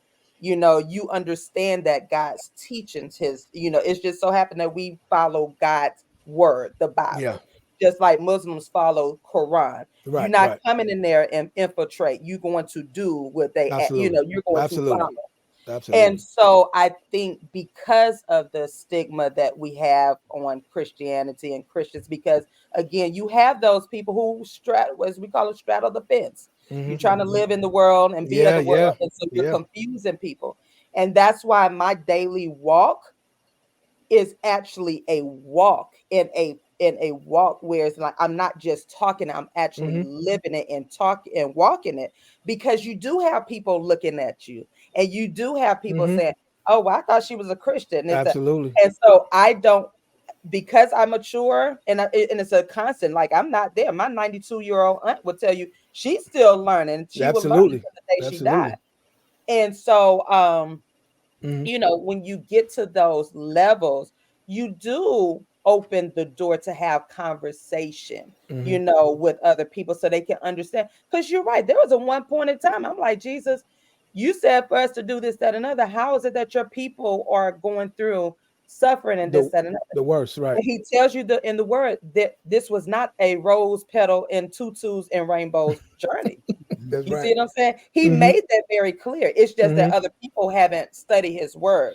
Right. The true Christians understand I'm suffering now. And my question is be like, Jesus, you see all these other folks who doing X, Y, and Z. Do you not see them acting a fool on Instagram and getting money and paid? And I'm up here trying to do what you ask. But because I have a deeper relationship and a deeper understanding, I know where my reward is coming from. And I know, as Ernest said, all things are working for the good. You understand what I'm saying? So that is that maturity level, that conversation.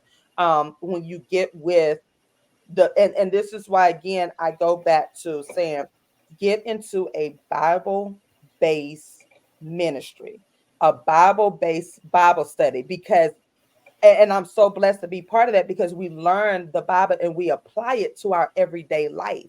You understand what I'm saying? So people always say, oh, the Bible was back in biblical days. Well, we're living in biblical days. It's just that we're in this time. We're in 2024. Joe better, like Ernest said, Joe better. I was Joe better. Yeah, I tell people all the time. I tell people about Jonah, because Jonah got, like, when you apply, like, that was my nickname during that era for 3 years. Yeah. So when the conversations, I always open. I love talking to other people because it is a different perspective. Because you do have my brothers. I have two brothers who are like, they question God I have one brother who's an atheist.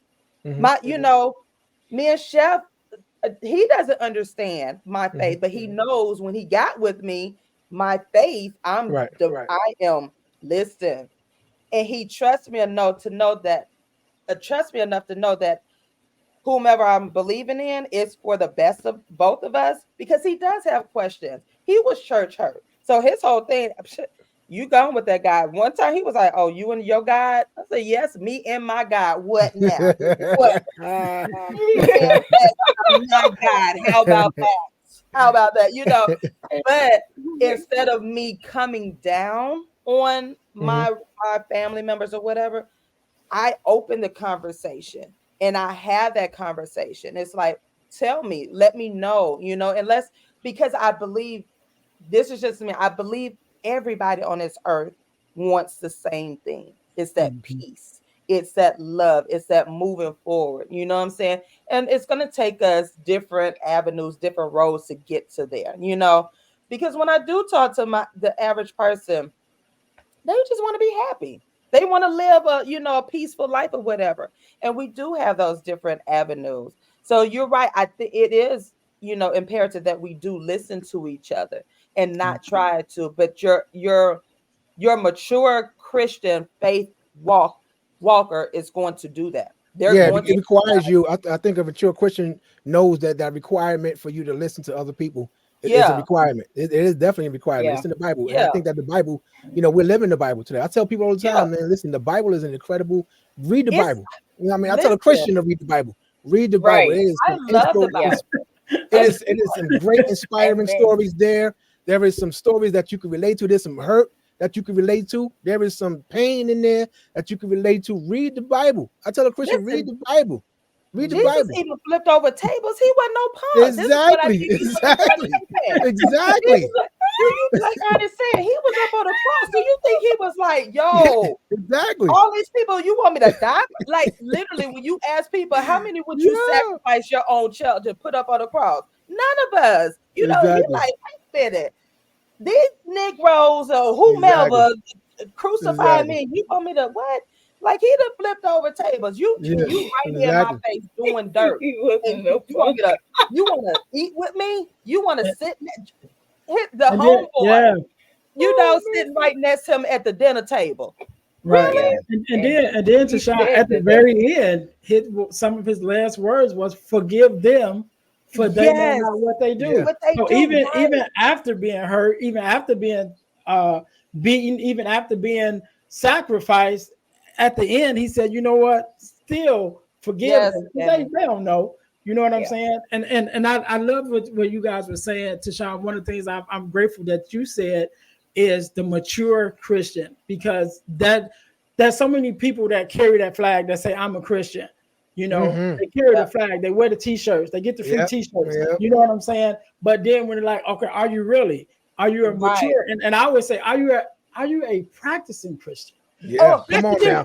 You know what I'm I'm saying? going for that Oh my goodness. We all want to be like, yeah, I'm a Christian. Okay, but are you practicing Christian? Are you really Right. trying to live this thing out, or are Ernest, you you just just pressing buttons. are You you just just wearing now a pressed t-shirt some because you buttons. joined the club, right? Right. Because you took membership class. You know what I mean? And so I You think about to And get that's DM'd, a yo. big part of it. They Like, about to are email you, really? Ernest.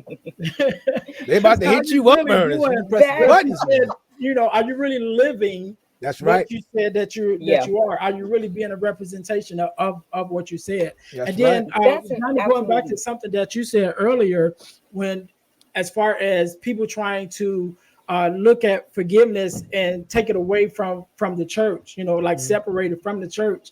And even though it is a separation, the reason why a lot of us have problems with it because we always associate it with church. Well, there's a reason for that. Because in our lives, our moral compass was is on typically foundations that was built off Christianity. Christian Right. values, should I Religion. say. Right. Right. Even the United States of America Yes. was Yes. started with, like, we all would learn the 10 Commandments when we were little. Those Mhm. were Christian principles of morality that we learned to live off of. Whether we're Christians or not, everybody know the golden rule, right? Right. So you can separate it, but I think that's where the people have problems with it because they try to separate it but you can't separate it if that's where your moral base was built off of, the foundation of the principles. We're not even talking about Christianity and going to church, whatever, but just the foundational principles of being a moral person is I don't do these things, I don't hurt others, and you know what I'm saying, and I forgive. That's just part of our moral compass. So if we know that, if we don't recognize that as just as a moral human being, that this is a good value to have, and we only associate it with church, then it's easy for us to hold a grudge, not only against the church, but against everything, because it's like, oh, that's for them over there. Like, no, but if it's part of your moral reality of who you are, then it's easier for you to accept it and walk it, whether you're in church or not, you know. And then another thing, what you mentioned about Johnny, is us having this false narrative that just because we are a believer, that we're exempt from the trials of life. That's not true. And right. again, if we are a practicing Christian and we're a mature Christian, then we've read that Bible and we know that it says there's nothing new under the sun. Right. So there's nothing new under the sun. It just keep rotating, you know, and like Tashawn said earlier, we're living in biblical days. The timing may have changed, some of the elements may have changed, but pretty much we're doing the same thing over and over again. You know what I'm saying? And so knowing that, okay, just because I'm a Christian, I'm still, again, going back to that human part, I'm still a man. So I'm still going and I'm still have to deal with other men. So yes, Mama Brown may have got shot, you know, and she went to church every day. But Johnny up the street got shot and he never went to church. But he's still human, she's still human, and they still probably live in the same neighborhood. You know what I mean? Yeah. Unfortunately, so they have to deal with them same circumstances. So just because we're Christians does not exempt us from the trials of life, from the same experiences as everyone else. Whether, and we just talking about from the human part of being humanity. So whether you're an atheist, I have atheists that work with me on my job. I'm a bricklayer. We on the same job site. So if a brick falls and hit either one of us, we still dealing with the same hurt from that brick falling. It didn't get softer for me because I'm a Christian. You know what I'm saying? It didn't turn into a sponge on the way down and just go. Mercy. You know, if it falls, we both gonna get hurt. Because that has nothing to do with our faith or who we believe in. It's just the fact that we are natural human beings living in this earth and having a human experience. And just because I'm a Christian or I'm Buddhist or I'm atheist or whatever, does not exempt me from the trials of life. Right. That's just across the board. So we are dealing with the same grief. We are dealing with the same, you know, situations, and we have to realize that. And so when we start trying to label it and putting things in boxes, like you can say you dealing with this because, you know, I'm not going to church because, you know, that wasn't right, or I'm still going through this. Well, if you go to church and if you don't go to church, you're still gonna deal with it. Right. Yeah. You know? I think I saw a documentary where there is a Mormon girl. The Mormons were, those are the ones who don't have technology and so forth, right? Mormons. Those are No. Amish. Amish Amish people. Yes. Amish, and she had her and her sisters were raped and molested by the Amish. I don't know what their leaders are called and so forth, and they had to, escape and whatnot. So it happens. I think anybody, people who abuse abuse their position, and and especially use religion under it, or their power. That's what we have to address, and we can't associate, because I'm pretty sure not all Amish leaders did that or whatnot, you know what I'm saying? And so we have to separate those. I think Evelyn, you talked about that before. We have to separate that from this. It's just unfortunate that people are using their positions. It's the same way with teachers. That's why when I hear teachers, sexual abusing or doing anything to children, it and that's something I have to ask God to, because that I don't, when it comes to abusive anything to do with children, I already told God I ain't there to forgive yet. I want to torture. You know what I'm saying? I want to bring them with me, put them in a room. I don't want to kill them, but I want to torture them. That's something that I constantly have a chat with, because I've known some abusive parents who abuse their children or whatnot. I know some teachers who went that path. You understand what I'm saying? So it just, whatever profession we in, we have to understand that that is that person and not the spirit of God. Because God gives us free will. He gives us free will. We take it and misuse it, and then we want to blame. Because people, well, teachers, that's why I wouldn't leave my child with the teacher. This, I wouldn't leave my child with the preacher. I wouldn't leave my child with, it's always going to be that person that represent who they're supposed to be. And we have to understand that sometimes a lot of ministers are called and they are good, but they lose their way because they let the world in, or they don't study the word. And then God has to remove them. And they're going to, at the end of my day, I know that vengeance is not mine.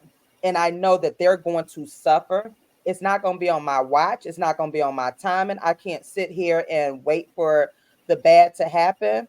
I used to be like that. I used to be like, God, strike them down. If people know, the people who know me, my part of my anger, if somebody did me wrong or did something, I'd be like, Jesus, strike them right now. I'm waiting for you. And I'll be waiting.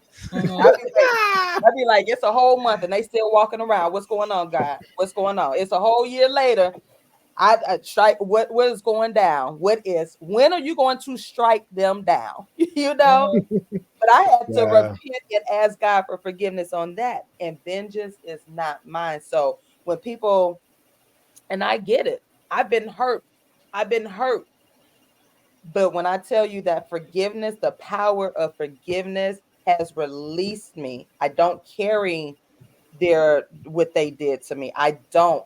Is gone. It's in that seat of forgiveness, because I know the power of it. It's just the power of forgiveness is just amazing. So let me ask you this. Ernest. So if you moved on, you gave the other person, you moved on, years and years and years, and something happened. Say 10 years. Say to Sean, forgave the ex-husband, did her work or whatever, but something happened to where she react the same way she did back then. Did she truly forgave him, or what do you call that? Well, there's a process of healing that you go through too, with your forgiveness. And again, when we talk about forgiving somebody but not forgetting what that person done to you, that's a part of the healing, to actually really be able to forgive that person. And like we said last week, when you're faced with those kind of situations, that's a gauge for to let you know where you stand in your forgiveness. Because if you can't be around that person, see that person, hear that person, or something happens and you don't react negatively, or you do react negatively, that lets you know where you stand in your forgiveness. If I look at someone who did me wrong that I said I forgave, but I'm still wishing that something bad happened to them, then I haven't fully forgiven them. Yeah, no, right? You're not wishing them. No, you're not wishing them. You responded or reacted in the way that you did back then, 10 years ago. Yeah, right? but that So the what same thing. Yeah. are you are did you is that forgiveness or what did you call that? I mean, there's a part of you that haven't truly forgiven yet, that haven't all the way forgiven Okay. yet, because you're Okay. still reacting the same. And then maybe it is that you've forgiven that person, but you haven't healed where you started to fix your own reactions to those things. Because when someone hurts us, we there is a change in us, right? Hmm. So we talk about boundaries. There are some boundaries that we put up. There are some things that we do, to say, okay, I'm not letting nobody else in. Hmm. Somebody broke my heart, so I'm not falling in love again. So yeah, you might forget that person, forgive that person, and move on to other relationships. But now you're cold in these new relationships that you're having, because now you've done something to yourself that's separating you from the love that you said that you want. You know what I mean? So then that has nothing to do with them. Now that's all on you. So now you have to do the internal work of like, all right, let me really address how I'm reacting, how I'm feeling, how I'm carrying myself in these new relationships. That's a result of hurt that I've had in the past. So now I have to work on me. Let me fix my heart so that I can receive love in a new way. That has nothing to do with the other person. They gone already. You already Right. forgiven them. They already moved on. You moved on to new relationships. But if you're still carrying the blockages from that old hurt, So that's you haven't something. forgiven them. So and yeah, that's Right. and you might have forgiven them. Now I said I don't think it has nothing to do with them. Is that you allowed that situation to change you. So now you have to deal with you. You might have already forgiven that That's person. a bit And confusing. that's why when we We talk gonna come about back to that.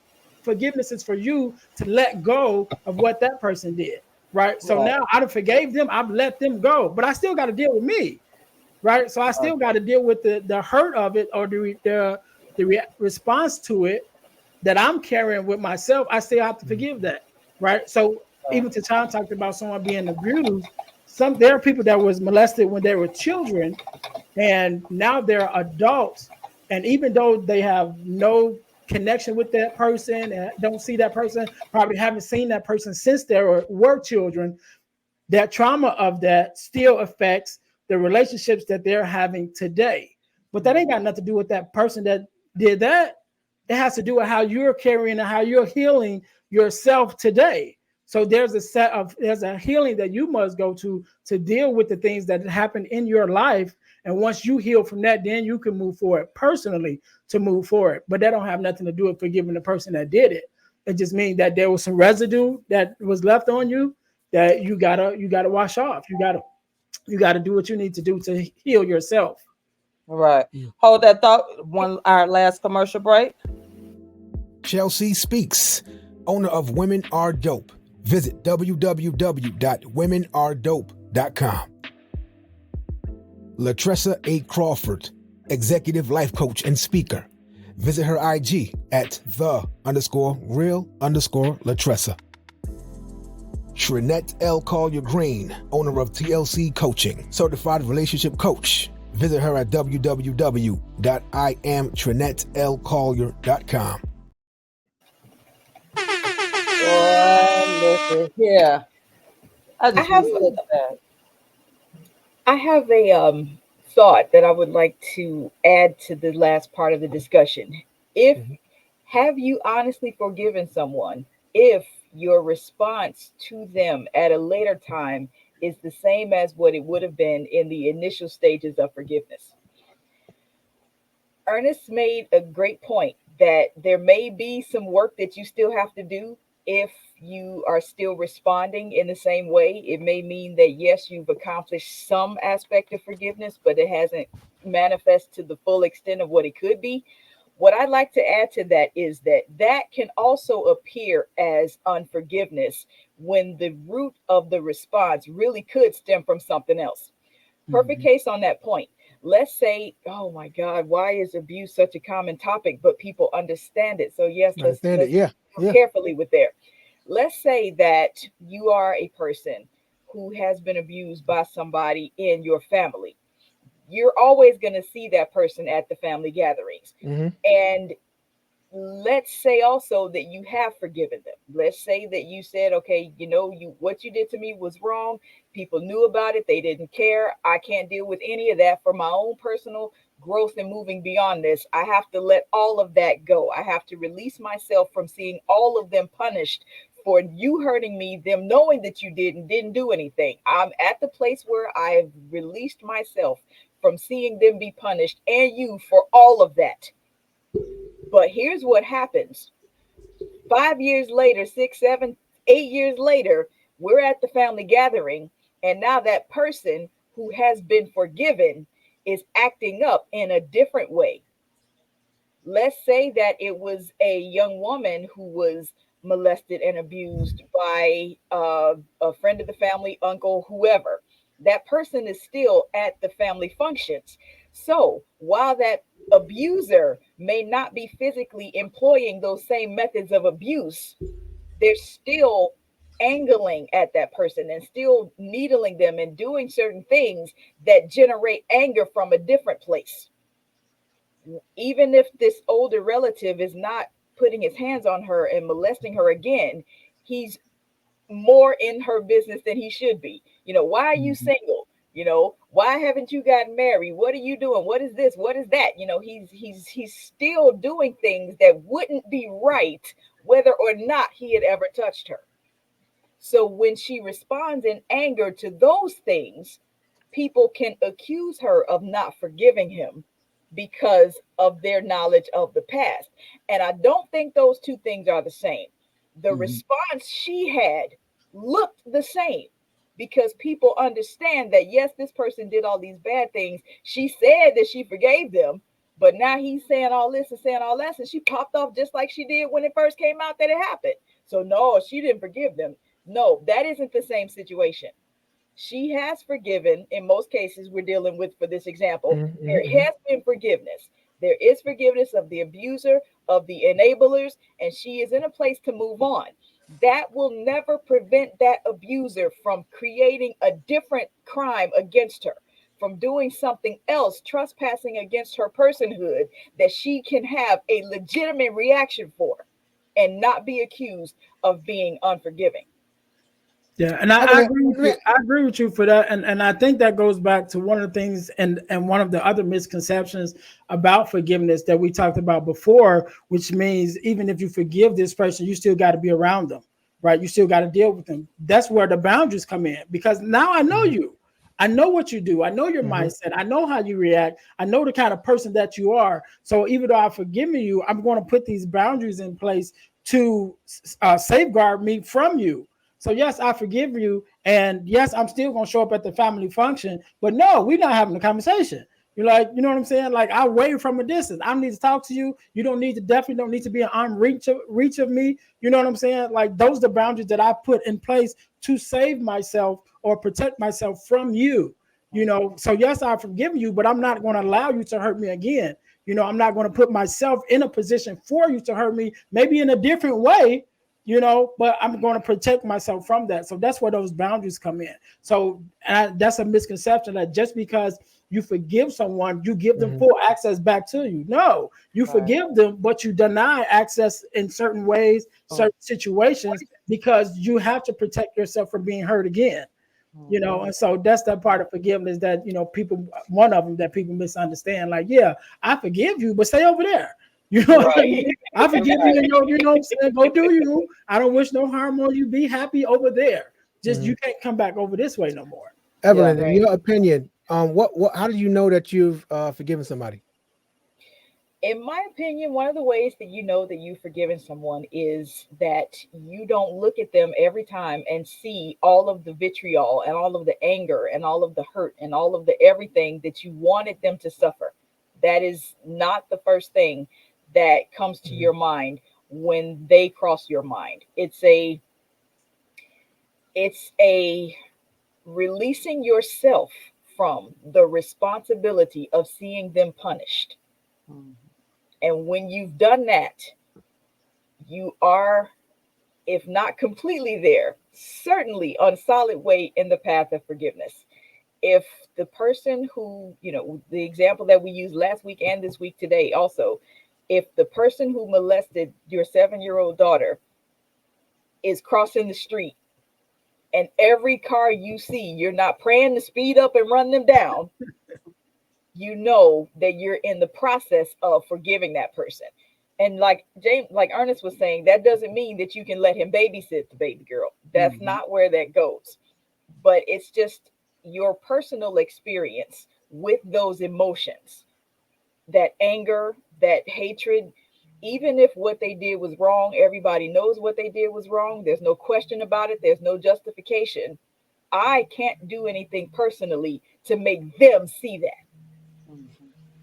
And when I'm not willing to try anymore, that's another step in that forgiveness piece. So do you feel you can forgive somebody and not heal from the situation? Can you forgive someone and not heal from the situation? That's kind of hard. But if there are multiple aspects of the situation, yes, you can forgive, and you can forgive and heal in that way. But the other issues you still need to deal with, like, oh goodness, here I go again with this abuse situation. You have to. If there's You have to give the extreme example if because there's a it has to woman, make sense. yes, okay. If there's a woman who's been abused, she may forgive her attacker and never deal with, and never deal with the psychological response to what being abused actually happens. So yes, there is a way that you can forgive and not completely heal. You may forgive that person and heal in that way, in as much as you're not still carrying the burden of seeing them punished for what they did.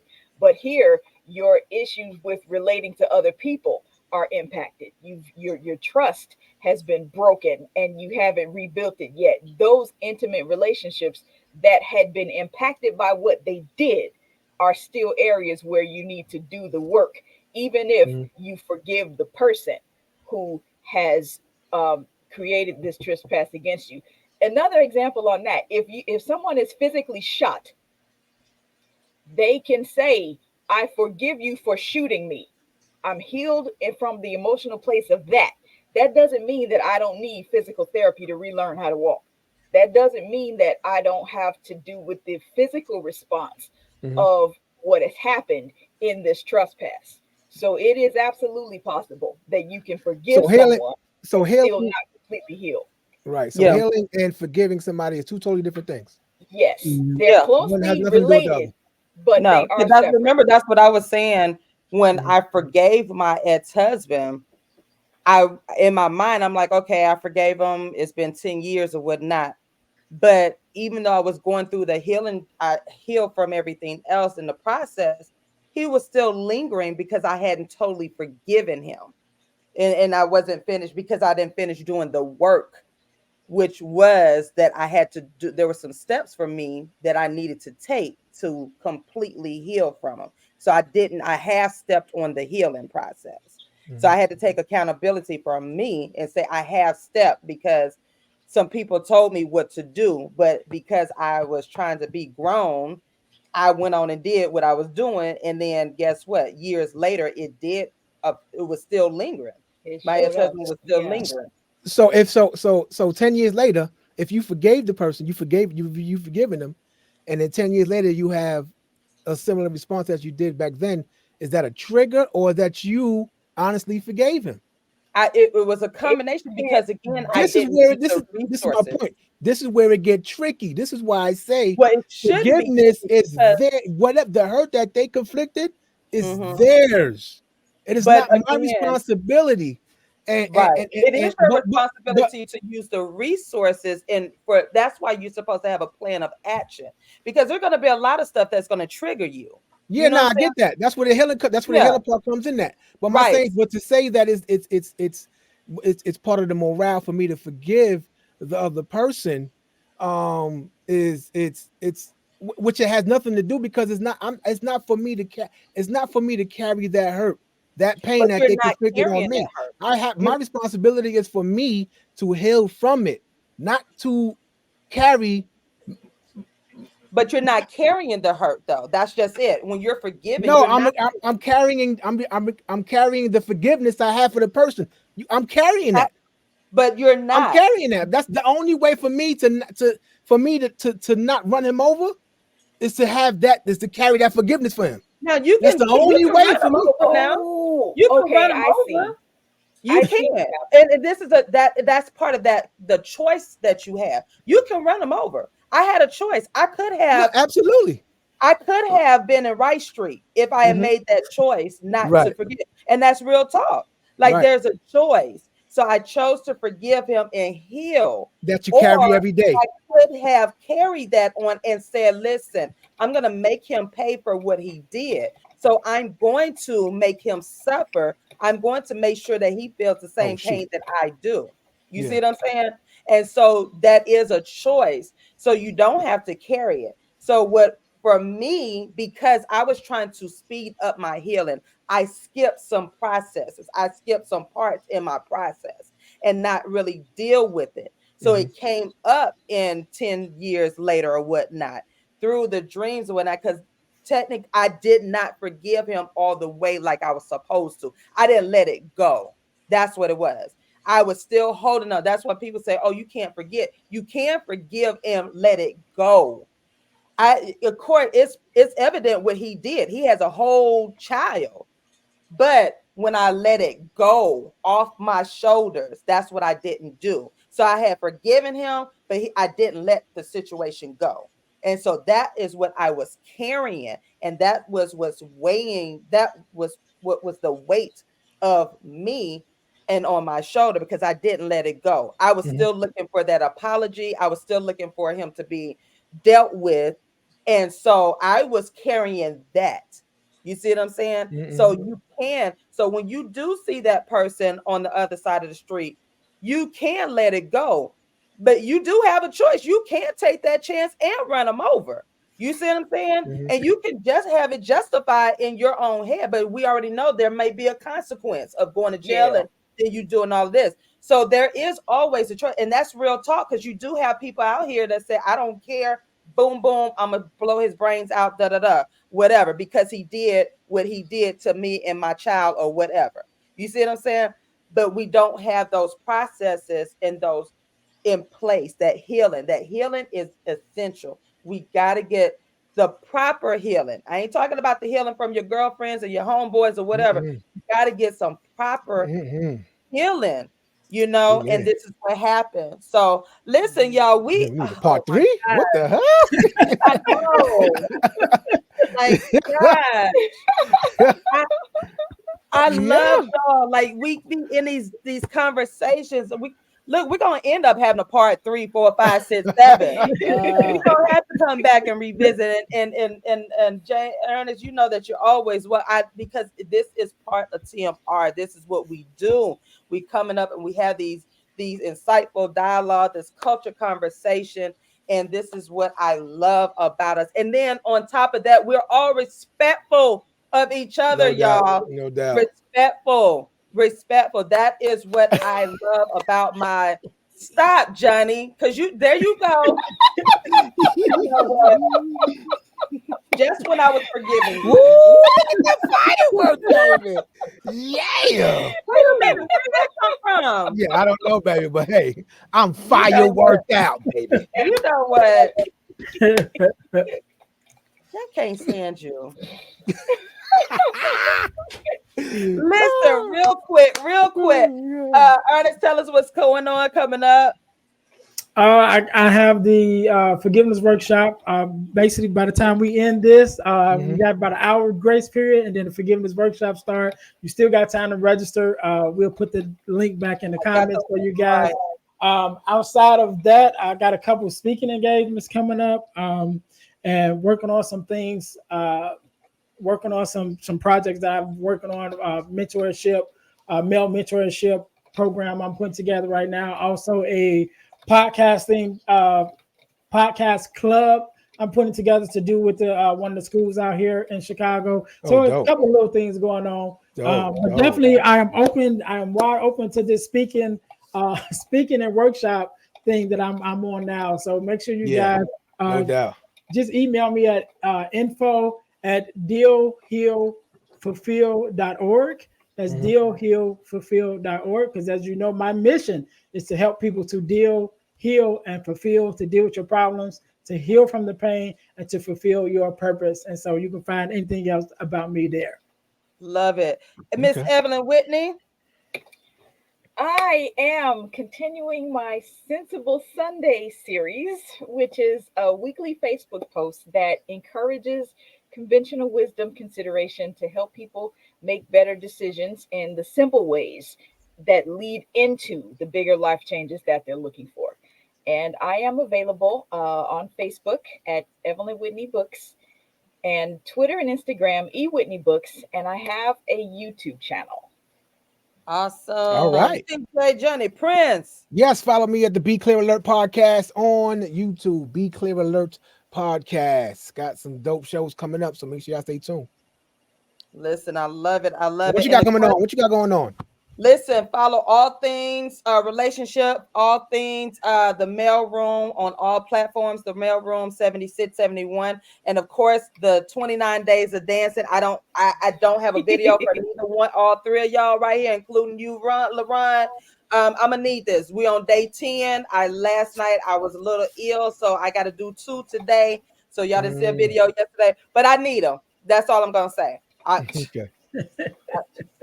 A dance, the 29 days of dancing that is going on for this month. Join us next week. We will have our girl Erica Smith on here. We're going to talk about we're going to get into this thing next week, so come back next week, same time, 10 a.m. to 12 p.m. Eastern Standard Time.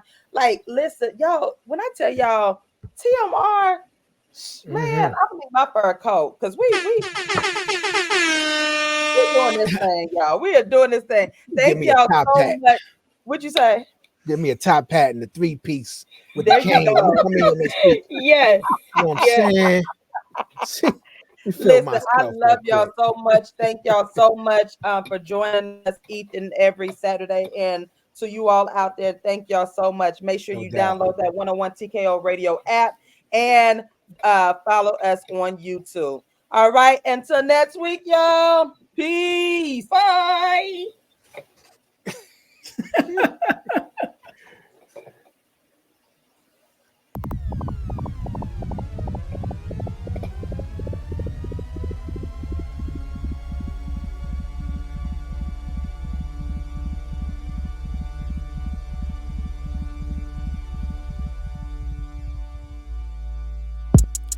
The mail room, I be tuned in. Listen in to Tashawn, she be going in. Y'all. Black queen for us black kings. We can learn a thing or two when we're locked in. One of the few places we can't be heard. Facts, man, I rocks with her, that's my word. The show is enlightening, engagement always enticing. I always come with an open mind, I'm never frightened. Guaranteed to walk away with minerals. Now that I'm thinking everything else is minuscule. We're the fools who don't protect black women. No arguing, disrespect, and that's it. Please come in peace when you call in, cause our friends ain't no slouch, fair warning. The mail room, messages from him. Y'all better listen if you wanna win. The mail room to stay, the mail room, yes, it's here to stay. Messages from him, tune in. The mail room to stay, the mail room, yes, it's here to stay. Messages from him, tune in. The mail room to stay, the mail room, yes, it's here to stay. Messages from him, tune in. The mail room to stay, the mail room, yes, it's here to stay. Messages from him, tune in.